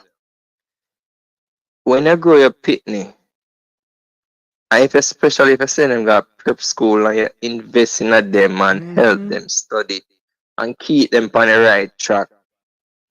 When them pass GSAT or PEP and you celebrate them and then they move on to grade 7 and them do well and them excel and pass them CXCs and then them do well and gone and you officer take my pitney from me. Me no want justice, you know. We just want all faces. Jamaican system not allow you to get no justice. So people are pre-jungle justice. And if they can't catch the mama, then catch the daughter or the son. And then so it for go. But me can't tell her if I was in the position of that lady, me not strive for no justice. Me only want the faces. And a one by one me I take them. I mean I take them when me I take out them toenail and watch them suffer. And then fingernail and watch them suffer. And pop out them teeth one by one and watch them suffer. Because when me invest in my pitney, me not invest for the system can take it. Why they never shoot Andrew on them? Because this lady sound like a good woman a growing pitney good. Andrew is growing pitney good. This little boy probably do academically better than Andrew pitney them. And you take out the woman pitney from him?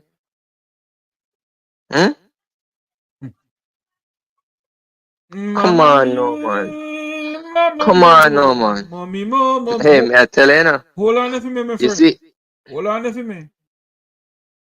No, no.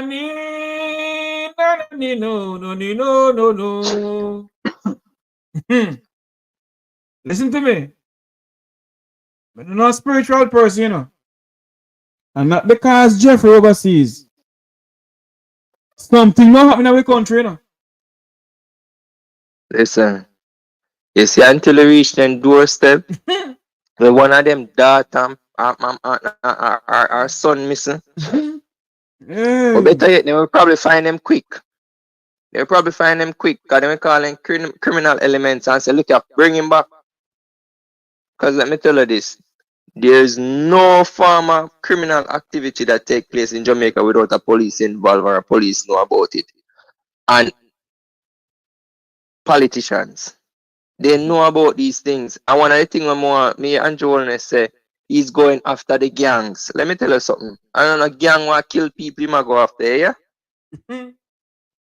He consider the bloggers to be gangs. Yes, so we need to go after. The bloggers them might go after. Because if you want to go after the gangs in Jamaica, you would have done that. You had the power to do that a long time ago. But you have to keep the communities under poverty and make the gangs them know some. Make them come ensure say the people might vote for them. I said, oh, And it you must stop. trouble Zion.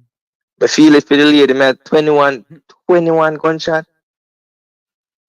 You can imagine when you look at your son. Can you imagine when you look at your son, if he get on in your head, you can't identify him? That's what she said.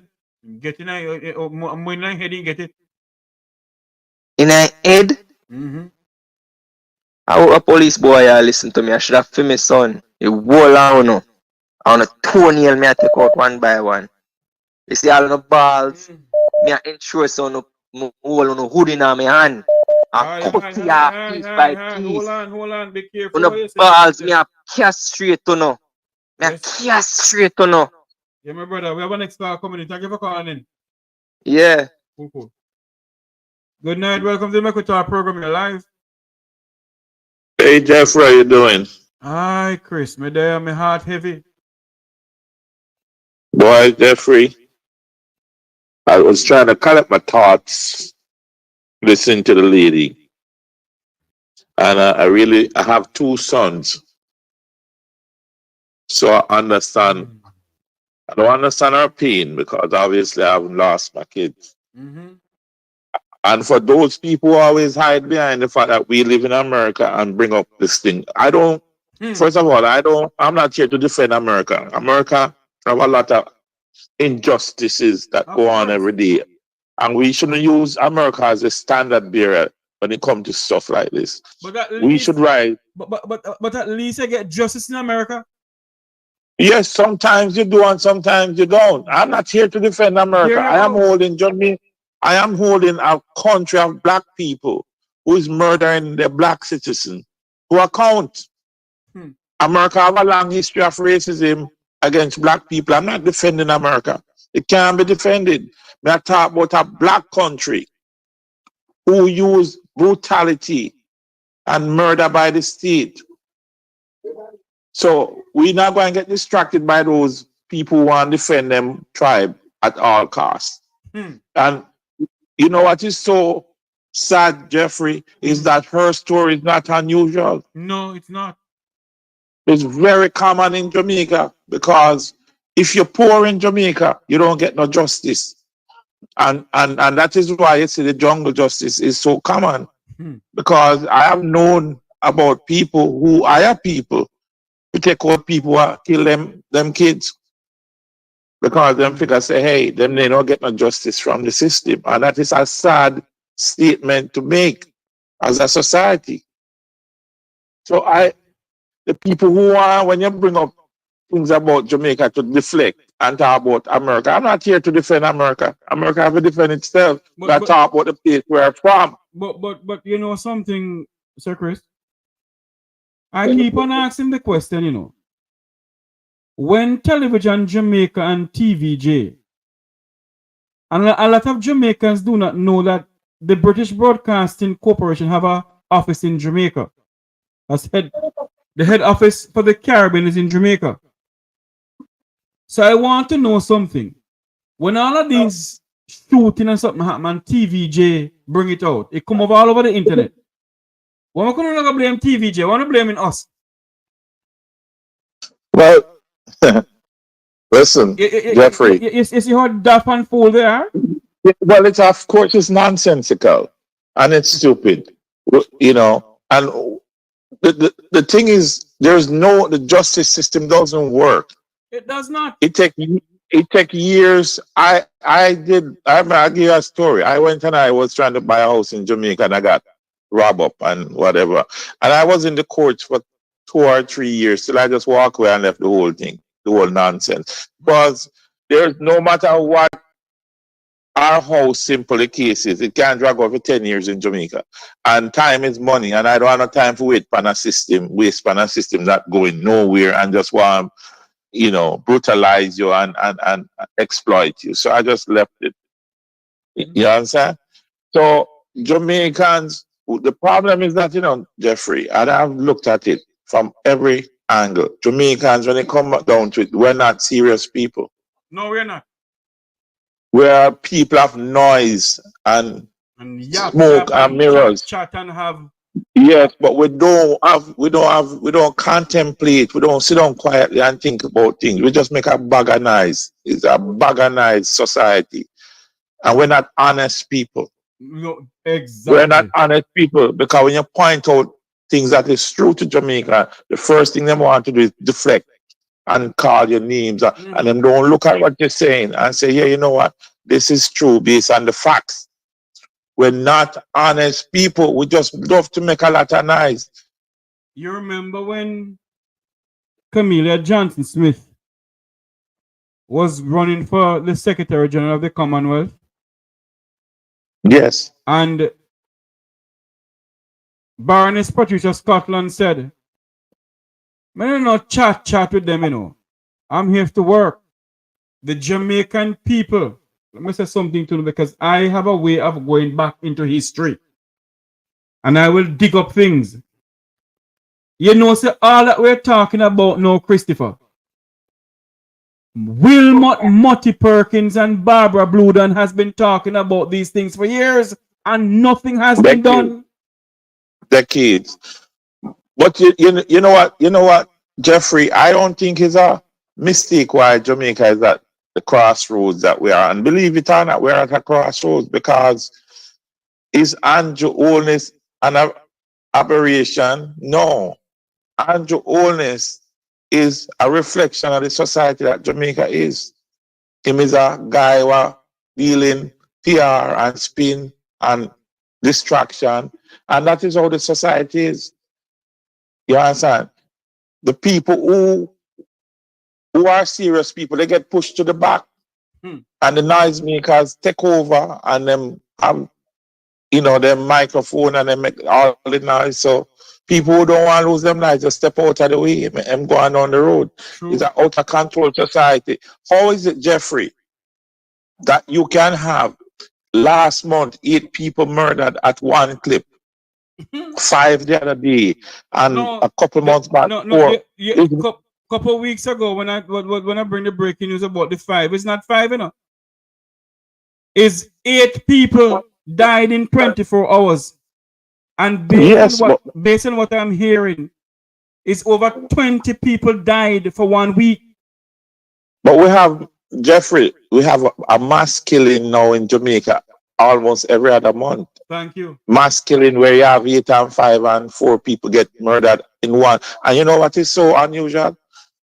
It is just a 1-day story. All right.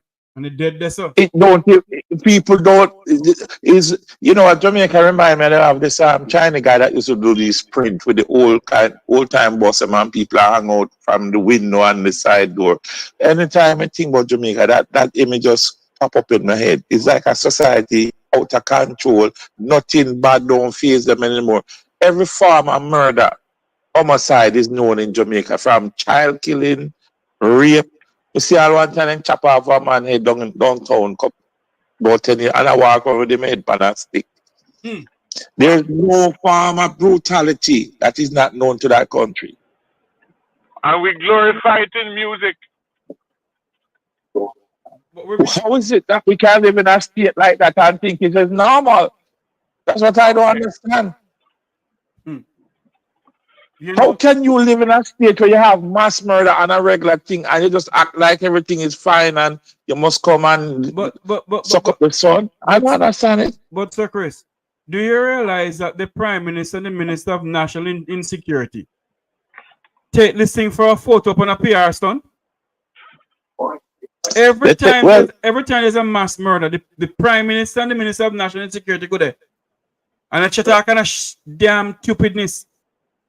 And I take a kind of picture, and I chat kind of damn nonsense. And we take his Bible and verse.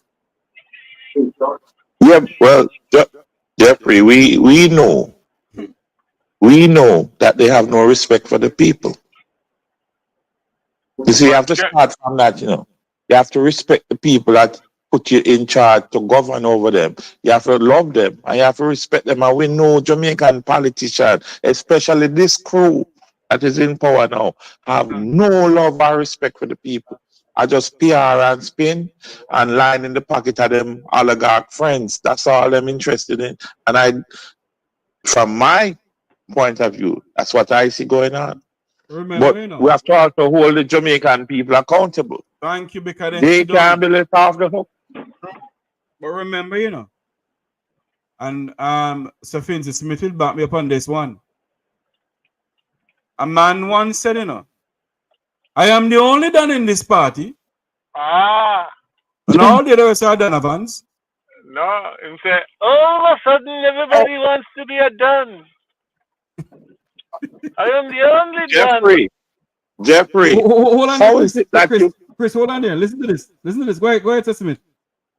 I said, the man said, all of a sudden everybody wants to be a Don. I am the only Don. Everybody else is Donovan. You know who said that, Chris? Edward Tiaga. All right. But Jeffrey, these guys are even calling themselves the shower. No, you know what the show. You know what the shower posse is? One of the most notorious murder machines that ever. Even in the United States, the FBI was afraid of them. And this is who you want me. This is who you up there call yourself. We are shower. But hold what on kind of country? What kind of country is that? What kind of leadership is that? But hold on there. Did you hear the speech that Everett Warmington giving Trelawney the other day? We're going right back to the 1980s, I wouldn't listen to that man if you paid me to. I can't countenance my brain to listen to that man. I mean, it's such a disgrace as a human being, And I don't understand how people can put people like that to represent them, which is you vote for that man. You putting him, is your name, he's representing you. And this man is a disgrace. And yet still back there year after decade. So I don't know what to say to these people. You want a description? Eh? He's like a school in summer. You know what that is? No. No class. The country, Jeffrey, the country is in a sad state. And when you say that, a lot of people get all bent out of shape. But I don't know what them looking at. Maybe my standard is, maybe I have a high standard for my country. Maybe that is the difference. Some people treat Jamaica like or Disneyland. Them go down on vacation and say everything nice, man. But what I want the country to grow up, to mature, to have the society that function for everybody, and them not care about that. But Chris, the people of our country, remember I said this tonight, the members of the Jamaican diaspora could talk to the blue in the face. They can't do one single thing. Everything lies in the hands of the citizens of Jamaica who lives in Jamaica. I say it every day, Jeffrey. We cannot do the heavy lifting. We can support what is going on in Jamaica with our pockets, but the heavy lifting must be done by the people on the ground. He who feels it knows it. You have to have sacrifice to make anything work. Martin Luther King gave up his life so black Americans could know to be stand in the place that they're standing. Before him in the South where we live, black people couldn't vote. Somebody say the heavy lifting have to be done on the ground. We can't vote when Andrew called the election. We can only encourage people to go out and vote. Right. And if people in the middle class refuse to vote, then shame on them. Chris, none of them running out the phone, but can you call me back because I have an next call coming in? Yeah, man. Yeah, man. Right. Good night. Good night, Jeff. I'm gonna watch. All right. All right. Thanks much. Oh Lord, the person hung up. 954-529-8030 is the number to call into the program. Jeffrey God. Okay, Sesame. Thank you. Thank you. Okay. Good night, caller. Welcome to the program. You're live. Good night, Mek Wi Talk. Yes, sir. You know, my heart goes out to the lady. I'm listening to the program, and it reminds me of, I don't know if you remember Amadou Diallo in New York. Who? Amadou Diallo, the African kid that was shot 21 times. And the only thing he had in his hand was his wallet. I don't know if you remember that a couple of years ago, many years ago. I think I heard about it. Yes, Amadou Diallo. Remind me. Listen, I've been listening every day about the one in Rockford where the 5 people that killed. If you look, all those shots were headshots. And a merely gang member out there in the street don't know how to shoot like that. Let me tell you something, you know. That kind of shooting come from trained individuals. Let me tell you something here. The Jamaican people sit down and allow Andrew Michael Holness to appoint a former member of the Jamaica Defense Force to Ambassador of Plentiful. Yes. Hold on there. That Ambassador of Plentiful presided over the JDF, who had a program going on that got young men to train in the JDF of Warwick Hills. And the plan was this for them to employ those young men. For some unknown reason, the Ambassador of Plentiful did not employ those young men. And they're gone back out into the society. So do not be surprised if with the training. All 5 of those kids or those persons got headshot. I mean, you got to be a trained individual to compete at task like that.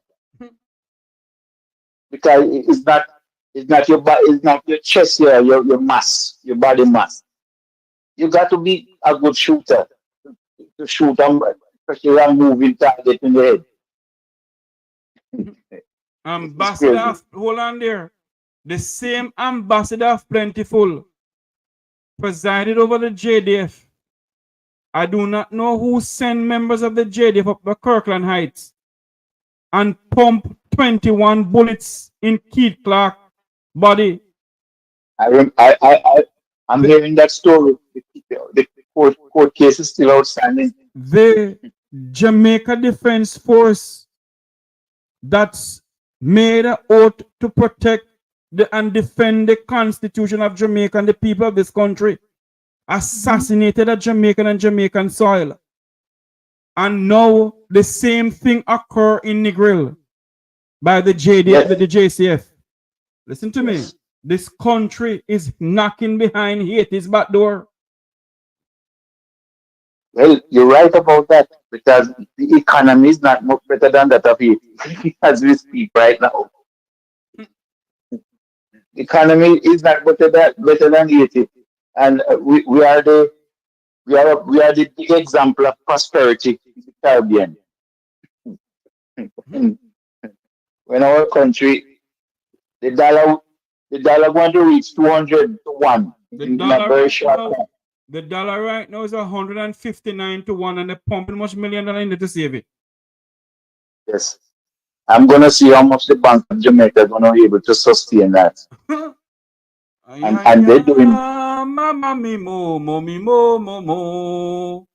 And they're doing that to save face.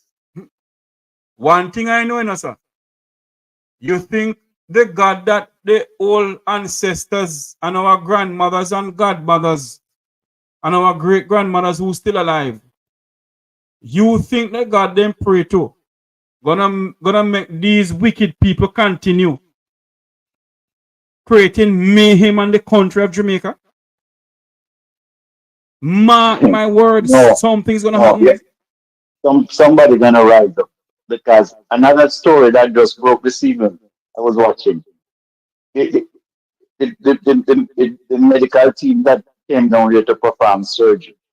You know, yesterday I was listening to the news, and the great tough time come up and say, "Oh, everything is organized and we're gonna have the surgery." Now only to hear that they did not even have air conditioning in the place to really I do can't the blame, surgery. listen to me. I cannot blame Tough Time for that, you know. You know why I say it? Because the people should have spoken about it. The people who is in charge of the Bustamante Hospital, Yeah. they get money to run the hospital. They have a maintenance department. Mm-hmm. I would fire the maintenance manager and fire the CEO. That means that somewhere along the money I get chopped. So No, the some money not get chopping going chopped. on. No. The money not get chopped. The money is there, you know. Is that they get somebody who them know to come and fix the person or fix it good. Oh, I know that one. They get a machine carpenter. Thank you. Yes, yes. But and I don't know. I don't know what's going on. Because like I said, I was born and I grew up in Jamaica, and I never under as a matter of fact, I will tell you one thing. I was attending Jamaica School of Agriculture in Twickenham Park, Mm-hmm. and I stayed up on the hill and saw the orange that fire that really 100 and something people died. Mm-hmm. I stayed up on the hill and saw that fire in Kingston. You mean the eventide, the burning of the entire home? Exactly. I was standing on the hill at Jamaica School of Agriculture, Twickenham Park, and saw the fire. I was among the last batch to graduate from Twickenham Park, Jamaica School of Agriculture. You know, I'm gonna ask you a question, sir, because a lot of people don't understand certain things, you know. And this is with me. It's when it comes out to split justice, how to split justice. Sure. Every single hospital in this country, I'm gonna ask you this question. You believe that the minister who sits in Kingston must know where they go on in the maintenance department of every hospital in Jamaica? Well, if you are the minister, you're supposed to have some knowledge of what's if you're in charge of our hospital. You're supposed to have some knowledge of what's Then going hold on on. there now. Hold on there now. If the people who you put under you now report to you of what is going on in the hospital, you're gonna know? No, Okay. no. You cannot be at if there's 20 hospitals, you can't be at every one of them at the same time. You see, we in this country, I tell you something, you know, that's why people not gonna like me, you know. I'm not take up for nobody. Because Christopher Tufton is not my friend. But we must speak justice. There is no way the minister gonna know everything that happened in hospitals in this country. So If you can say if the CEO don't report to the your CMO, managers and all those people. thank you. If the So CEO of the hospital don't report to the chief medical officer of the country, who is Jacqueline Basesa Mackenzie, if they don't report to her and give her a report and she go to Tufton and say, okay, XQYZ, how on earth can the minister know where they're going? that is true. And it shows this. You see what problem in this country because what? Listen to me, man.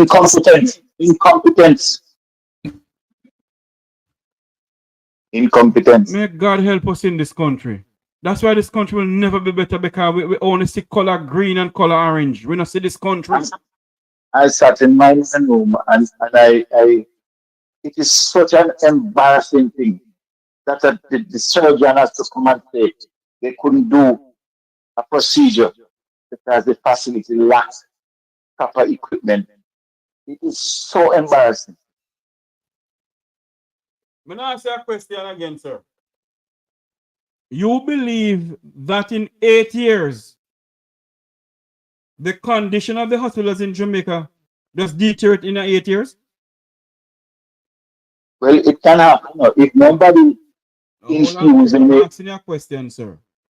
Do you believe that in the space of 8 years, all the hospitals just start deteriorate one time, sir? Well, no, not necessarily, because it could happen over a protracted period of time. Thank you.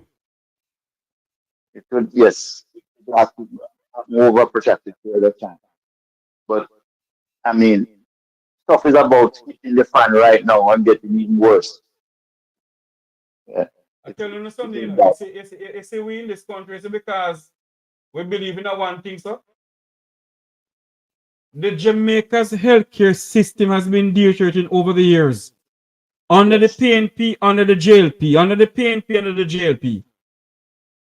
Jamaica's health sector has been deteriorating. I mean, not care who no want to come back on my platform or listen to me.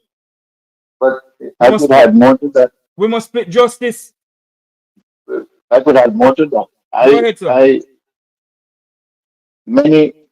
If I'm in New York, Pennsylvania here, and I'm saying there's so many organizations, non-profit organizations that send tons and tons and tons of material and equipment to these hospitals, and I don't know where they're doing all this stuff. Because I tell you something, you know, you have some people in the hospitals who they call CMO, CEO, DEO, and all kind of O, who when the things that come there, they sell them. Well, that would be because I'm telling you. And when they sell them, people come on here and they blame minister this and minister that. Then blame minister Morris guy who was for the PNP, saying the sell thing him in charge. If he must stop because I'm in charge. They blame Tough Time. How on earth can they see everything? That is true. And know everything. There's so many organizations, and I'm involved in one of the organizations that sell things out there. And it's just, and over the years, if we keep selling stuff, the two political parties have a habit of not maintaining government vehicles or government hospitals. The two of them. The only vehicle they maintain is a Prado they drive. Yeah. I heard Tufton talking about ambulance breakdown, and I sent a message to one of them in the parliament who I know.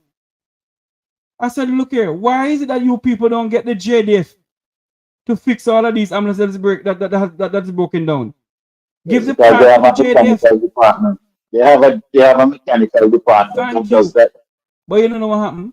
They're not gonna do that because somebody in the Ministry of Health trickle down have a near my food. I keep on telling people who don't believe that politicians alone they rob the country. You have permanent secretaries and other people robbing the country too. We must wake up in this country. But I will give you my prediction. I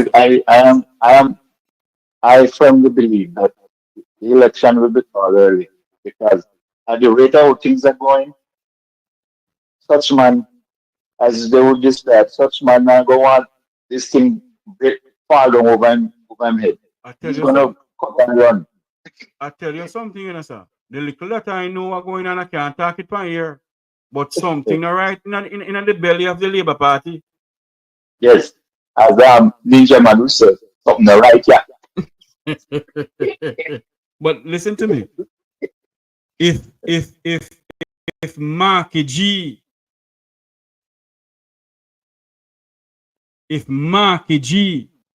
do not play his cards straight, Andrew will take it back from him.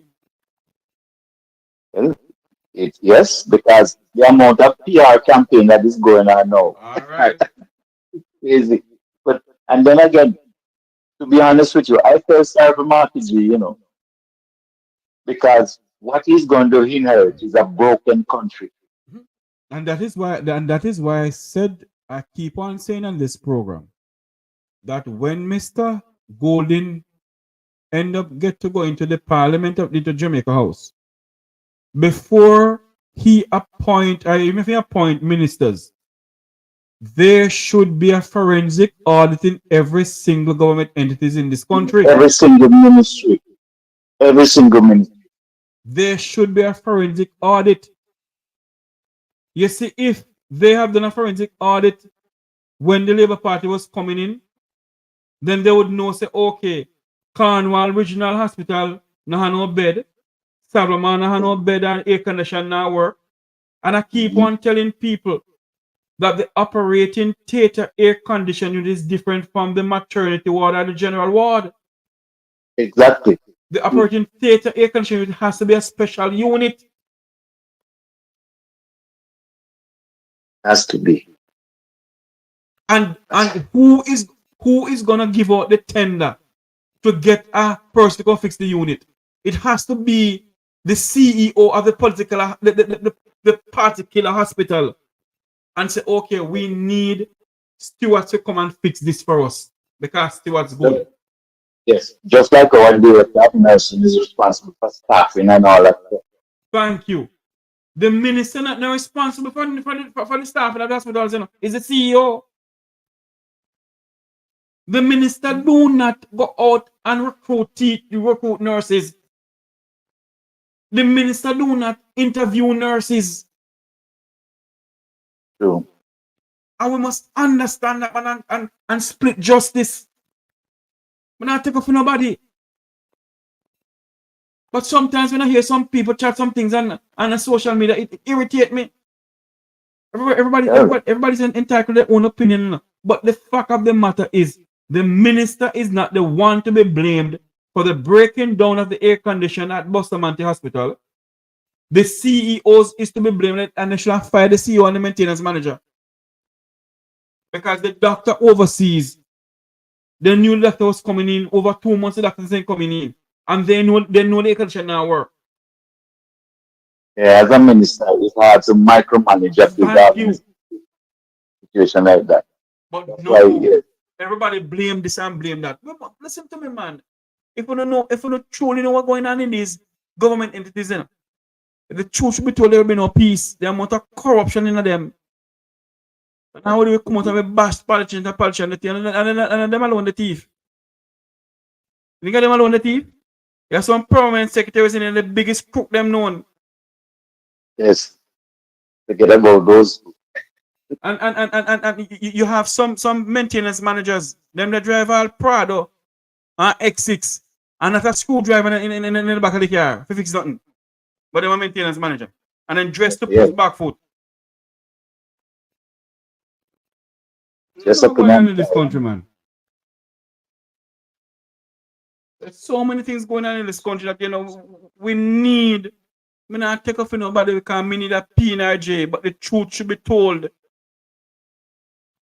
All I know, we're in a bad state of affairs. We are. Bad. We are. The nation is in crisis. The center cannot hold Miranaki upon the land. I don't know. But I tell you something, sir. You see, if our black brothers and sisters in our country not stand up and stop this PNP and JLP damn nonsense, but them are die-hearted, not going to happen in the country now. This has been going on. This has been going on when Barbara Bluden and Mutty Perkins was alive. And they used to come on here and talk the same thing. I remember, but the tribalism has to stop. And until now, nothing has been done. a new generation of talk show hosts and media houses come up now on internet. And we're talking the same thing. And we're not dead and gone and not done. Yeah, you have people who say they will lay down their life for the green or the other color. Thank you, but not for Jamaica. They go home and they can't find food to put on the fire. But they will lay down their life for the color. Right, but not Jamaica.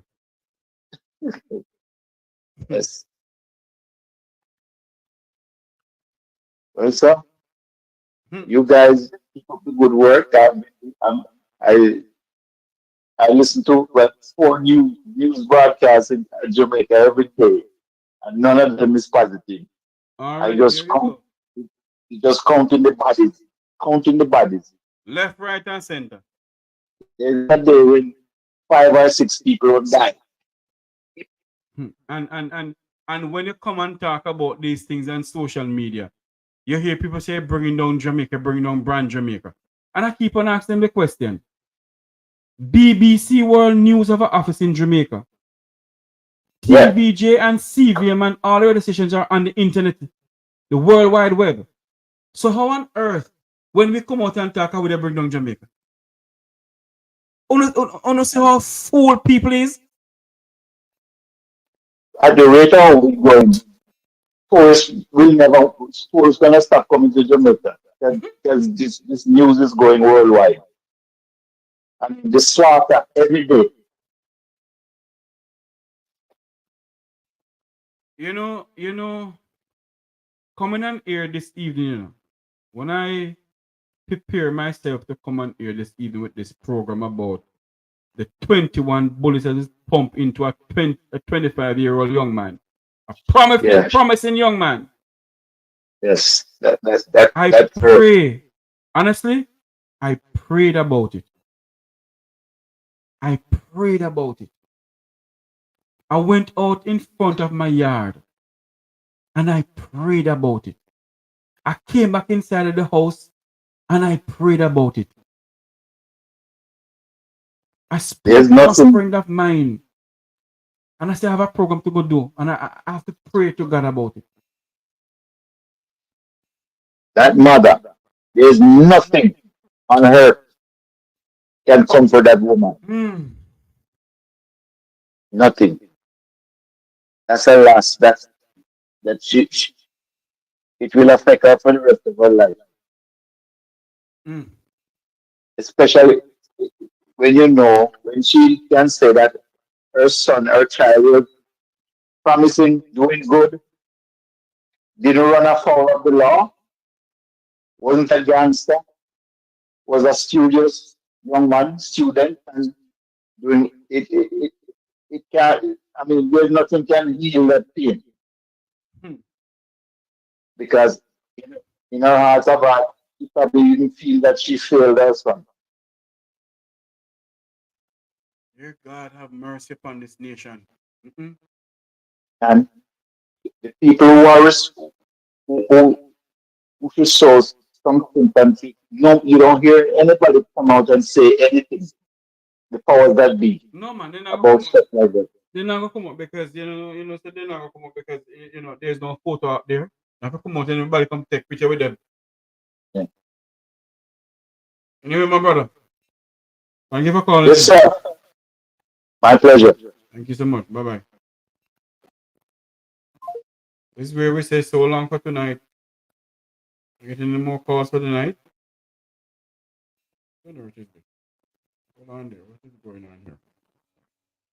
The numbers to call is 954-529-8030. If there is no more call for the night, then we're gonna call it tonight and go to my bed.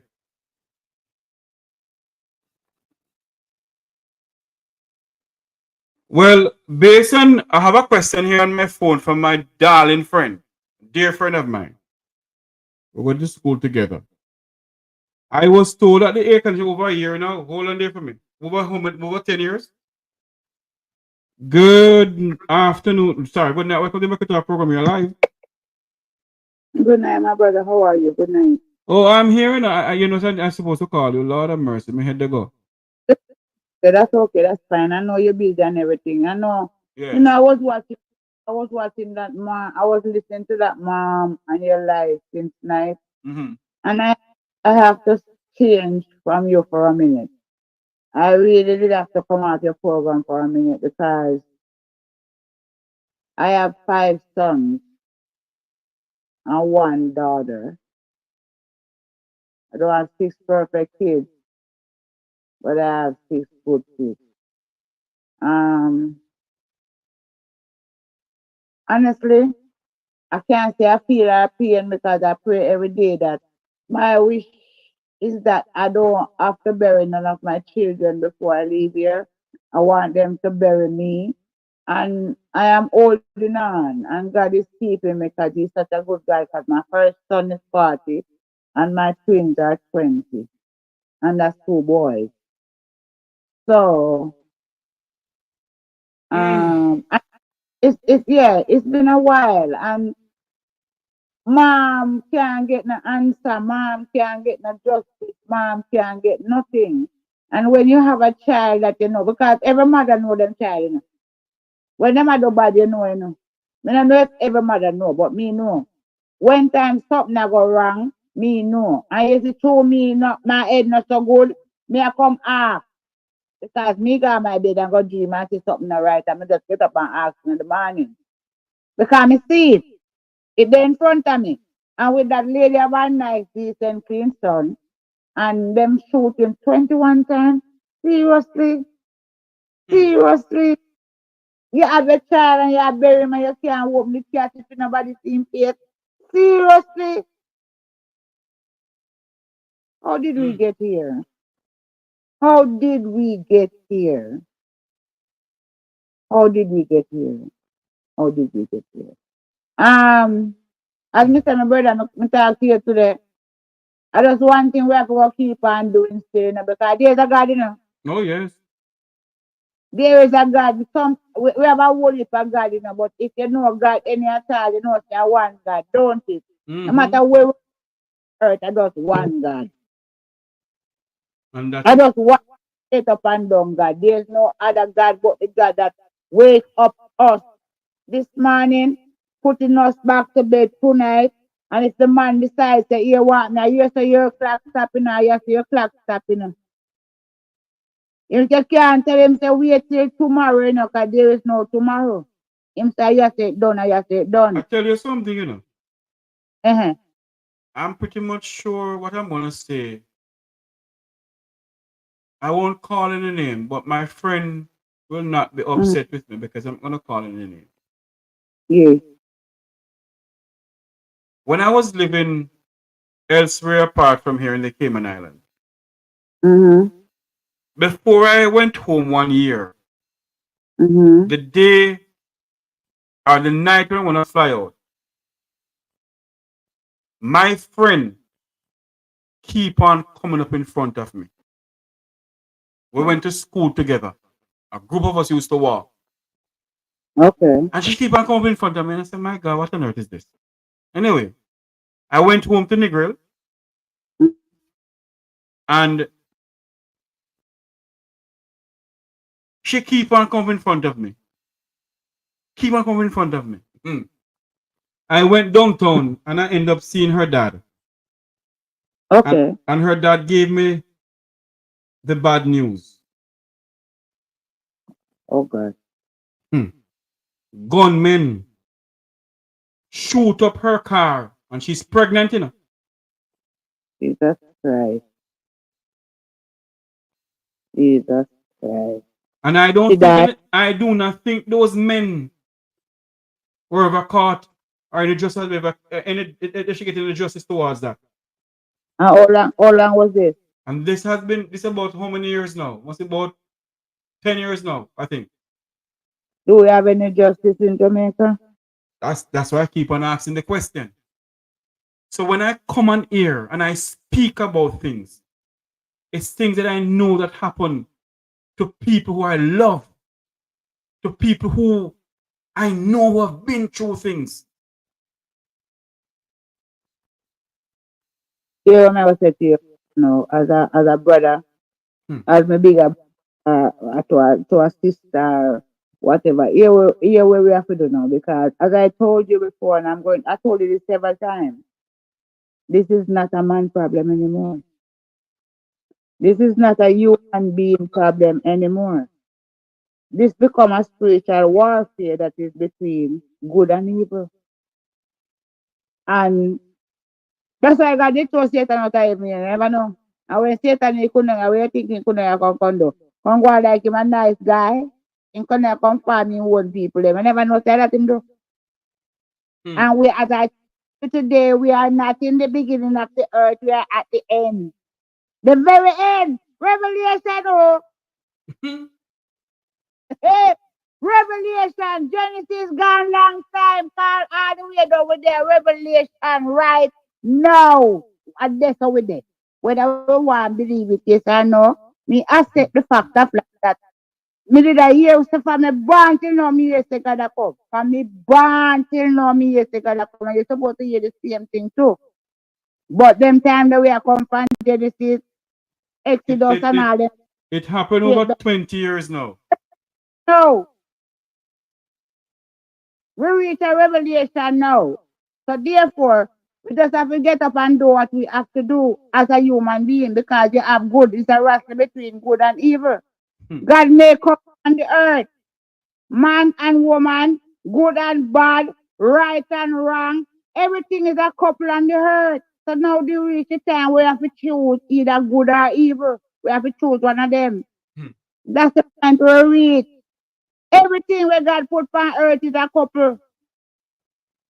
They might try put triple and couple and quadruplet and all kind of something in it. But everything where God created on earth is a couple. Right and wrong, good and bad, ugly, pretty. How can everything is a couple? And we reach end of time now where we have to decide which way you want to go. Jamaica, my beautiful country, have lost its direction. And I don't know if it's so a beautiful island like that. If God don't step in, I don't know if we're going to find back our direction. So we lost. Yeah, my sister, we have a next call coming in, my sister. Eh? We have a next call coming in. All right, my brother. Take care of yourself. I love you. Yeah, we have to pray. All right, my sister. Cool. Good night, Miss P. How you doing? Too bad, you know, me not coming late. I mean, I catch you on a program, but me catch you on it. Me see the headline 21 bullets. Or something happened since there? No, man. It happened over 2 years now. Well, it happened in 2023 rather. Yeah, 23. Last year it happened. Okay. Well, as a mother, I can say condolence to next mother. We give birth, and me just imagine how I feel, because I never lost one of my kids yet, lost one of my children, but me just imagine it. When anything happen to my kids, then my belly button cut me. Anytime my belly cut me in a certain way, something wrong, you don't know how about something right. And beg her whole strength, be strong. Our son would have want her to be strong as well.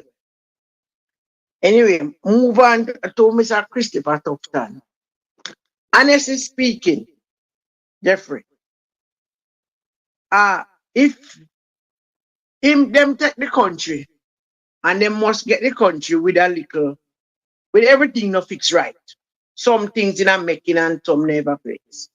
But the time when them get the country, and the amount of money with them say they spend, things like medical things, the health sector should have been a better position.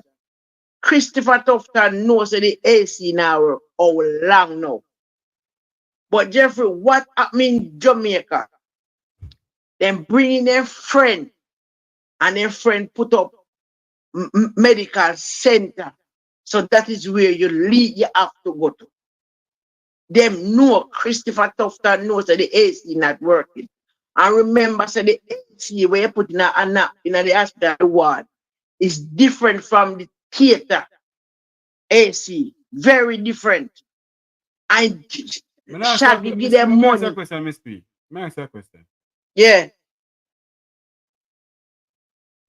the CEO for your company. Yeah. Don't he have managers underneath him? Yes. Okay. So when you complain to your supervisor about something when I go right. right, Something when I go right. and your supervisor go to the manager. Mm-hmm. If the manager go to the CEO, you think the CEO no know? No, but then tell him that is it. Hold on. Because you see me no come on my platform, come love on my mouth, you know. I make sure me go to the source of everything. What I get to understand that the CEO for the hospital knew that the air condition was working. The maintenance manager told her or told him. Mm-hmm. All right. Mm-hmm. What the CEO should have done is to call the director of nursing and say to her, how much surgery do we have lined up? How much input do we have lined up? That is input that we have to do. Call the head doctor and the director of nursing. The CEO did not call anyone. They didn't have any meeting. The CEO did not call any meeting at all. And the CEO is the one supposed to tell the nursing director, say, listen to me. We have this now work. Then the director of nursing no look on you and say, you know what? We have this, you know. Me get in contact with KPH or UE to get this surgery done. What I am saying is me not take up for nobody. Is that everything the minister don't know? Because the CEOs do not tell the permanent secretary or the CEO or the chief medical officer for health. All right. They are the ones. I hear you clear. They are the ones supposed to tell. And if you go to the minister, do not about it, then fine. But money was in the kitty to do it, and they had somebody fixing it. But it looked like who they have fixing it. The CEO friend who did the fix it. Now fix it good. All right. Pick up it now. Yes, I hear you clear, loud and clear. Mm-hmm. So in that case, Bobby Finzi Smith is a man who train me. And he tell me one thing. Put the onus on somebody's shoulder. Mm-hmm. So you see, for Mr. Christopher Tufton to cover himself now, everything stop on foot. And if me not Christopher Tufton place then, if I say, go like what you say, me I fire them immediately. And come to the country and say, country, I am, and me no please, and honestly to God, me never know say it happen, and nobody no report to me, and the people are calling and whatever, and with immediately effect from supervisor to manager to director, whichever they want, be fling them out and get other people. Because what has happened now, everything depend him. So why him a take him blame and not talk? And fling them out, make we say mean business. When me get to understand. Anyhow, you see when this boss? Hold on, Mama P, hold on. Yeah. When me get to understand that the person who is in charge of Buster Manti was put there by somebody that Tufton can't get rid of the person. Well, no name can, brother. Because Mr. Finzi. Me in a trade with Finzi Smith. And it was my time of the month and I never feel so good. Tell us everybody not feel so good. You ever Finzi Smith tell me say? Oh, one go tell the gunman say, yeah, superior, you can't run. And you can't this because you don't feel good. And your life, you are defend. Get up! And move like, and me say, you come like a light, you know, you me get up. I hold down head. Finzi Smith say, ignore pain. Learn to ignore pain. I tell you, your heart sick. That Finzi Timmy tell me. And your heart sick. Get up! And hold up your head. And I said to myself, say, but this man here going like me a soldier. I must say them I put me in a, and me I live off of them till now. So Christopher Tufton, you are not my cup of tea. But may I give you fear where fear is. Fear for there. If so be the case, you must fire people because that is the reason it come down to again nepotism and cronism. Yes. Jeffrey, if you give me a job as a friend, I say you come back to Jamaica, are you still there for a year, run a business and me hear me call you and say so and so, you put me through and me I work. You say, Miss P, your duty is to ensure that the storeroom of this depends upon where we are different food we are selling, clothes or whatever.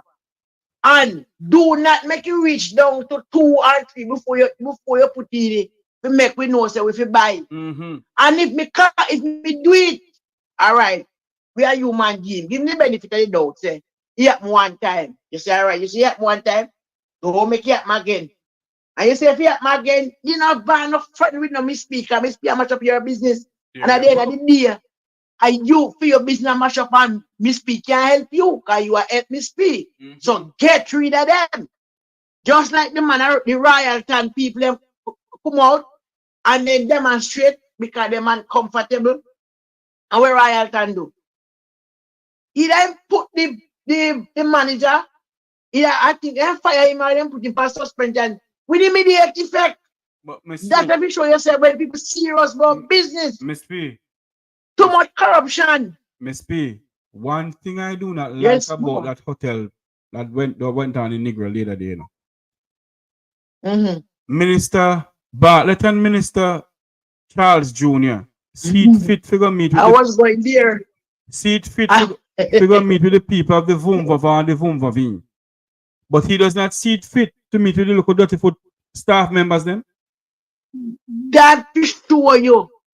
Oh, then the rating what they have for the Jamaican people and still want the Jamaican to vote for them. Okay. I was working at a hotel. I'm telling me people talk about hotel work. When I come to this part of the island, come live. Oh, I was so excited because I've never been to a big hotel. I get the job and I have to go to a hotel. Jeffrey, right now I have a son who want a job. And hotel a call and I say, not under my dead body. If you go down there go walk, me no business with you. Not under my dead body, not if me highest enemy. Me no want to walk down no hotel. Because me can tell you something. One of the worst places to walk. You either fear a bend over. Listen, and a fax me I tell you. For you as a simpleton to get a position here, for a bend over, bend in a S, you use up your mouth and all type of necromancy. I was working at one as a security and then put me on pool deck. No seat, not at all. And when I stand up, big up yourself, Pinty Cement, big up yourself. Me have to stand up, you know, but Pinty teach me say when you stand up on 1 foot and your 2 foot get there, turn up on one, you rest one while one can't take the pressure. So me out then I son, you know. And me tell her say pressure from my foot and me stand up and me ease up, me cock up but my foot on one for easy pressure. One man say my manager come from the Manica. I can't tell me say I should be standing properly, I can't stand on 1 foot. So me make you know say me not soldier, but there was a good one. And him see what happened, he step cross. And he said, stand up. He said, go down there, sir. Rest yourself. Are you thirsty? I said, yes. And he carried me to the bar. He give me 2 bottles of water and a glass of juice.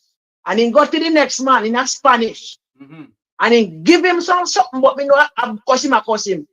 And he come back and then me say to one Jamaican man say, who no believes that the people in my soul have stand up out there, so I go tell the woman, I tell the officer about she not stand up properly. There is no sit and son.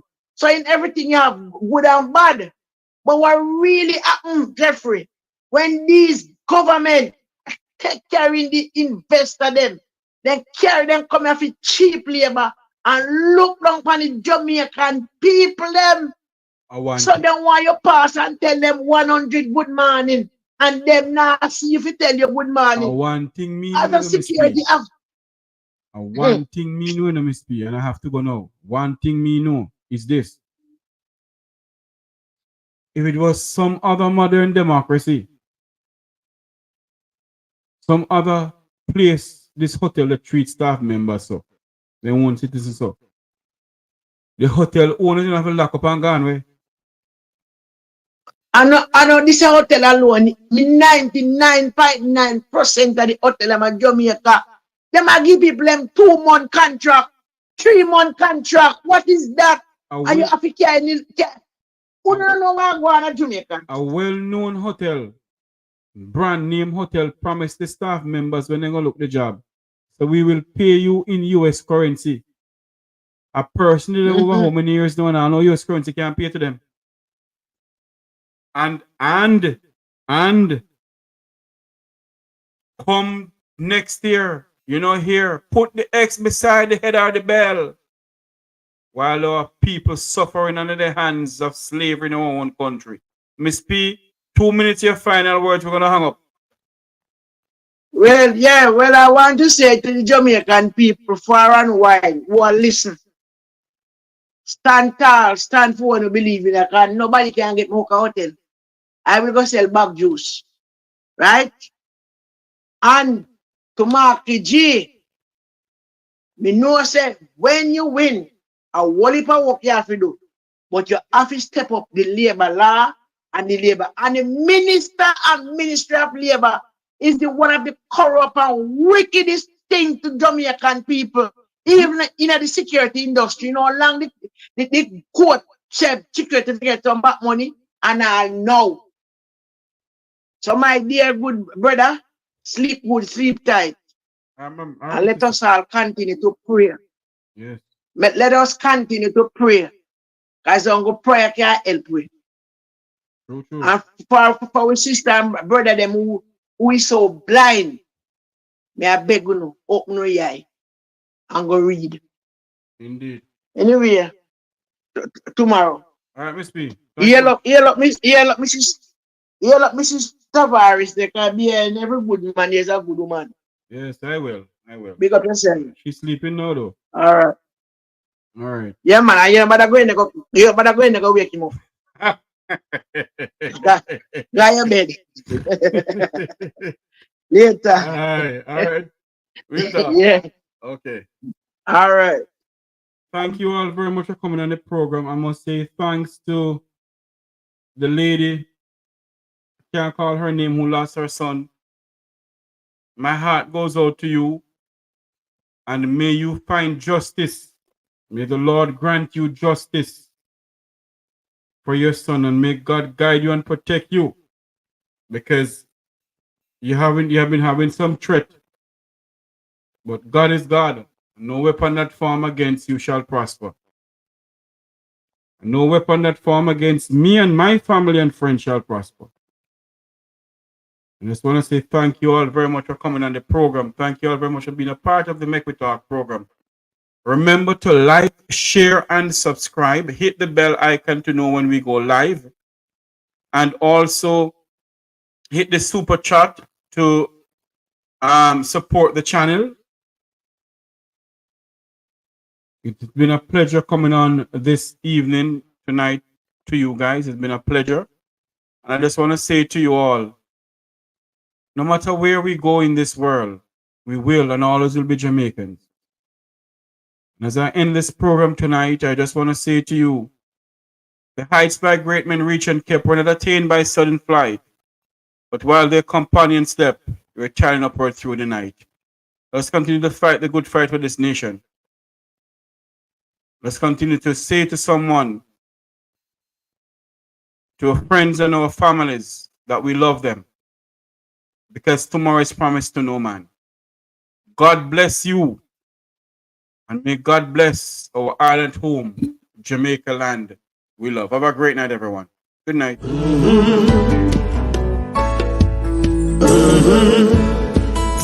When the game gets rough and this life just seems so tough, Mek Wi Talk, my people, Mek Wi Talk. town becomes an ugly place, don't let it erase the smile from your face. Mek we talk, people, mek we talk. Conversation is the key, a guiding light for you and me. Spark a talk and you will see. Conflict solver A to Z. World leaders master the art of self-defense just by talk. So people, mek we talk. Hey, we're living in a world that on ourselves we must depend. Mek we talk. Before I go, I wanted to say happy birthday to Miss Cindy Breakspear. She celebrate, well, tonight, she celebrate her birth night at 71 years old. The mother of Julian Marley, Cindy Breakspear, one of Jamaica's former Miss Jamaica. I want to say happy birth night to her. On behalf of the entire Mek Wi Talk family and the Tavares family, happy birthday to you, Miss Breakspear. Good night, everybody.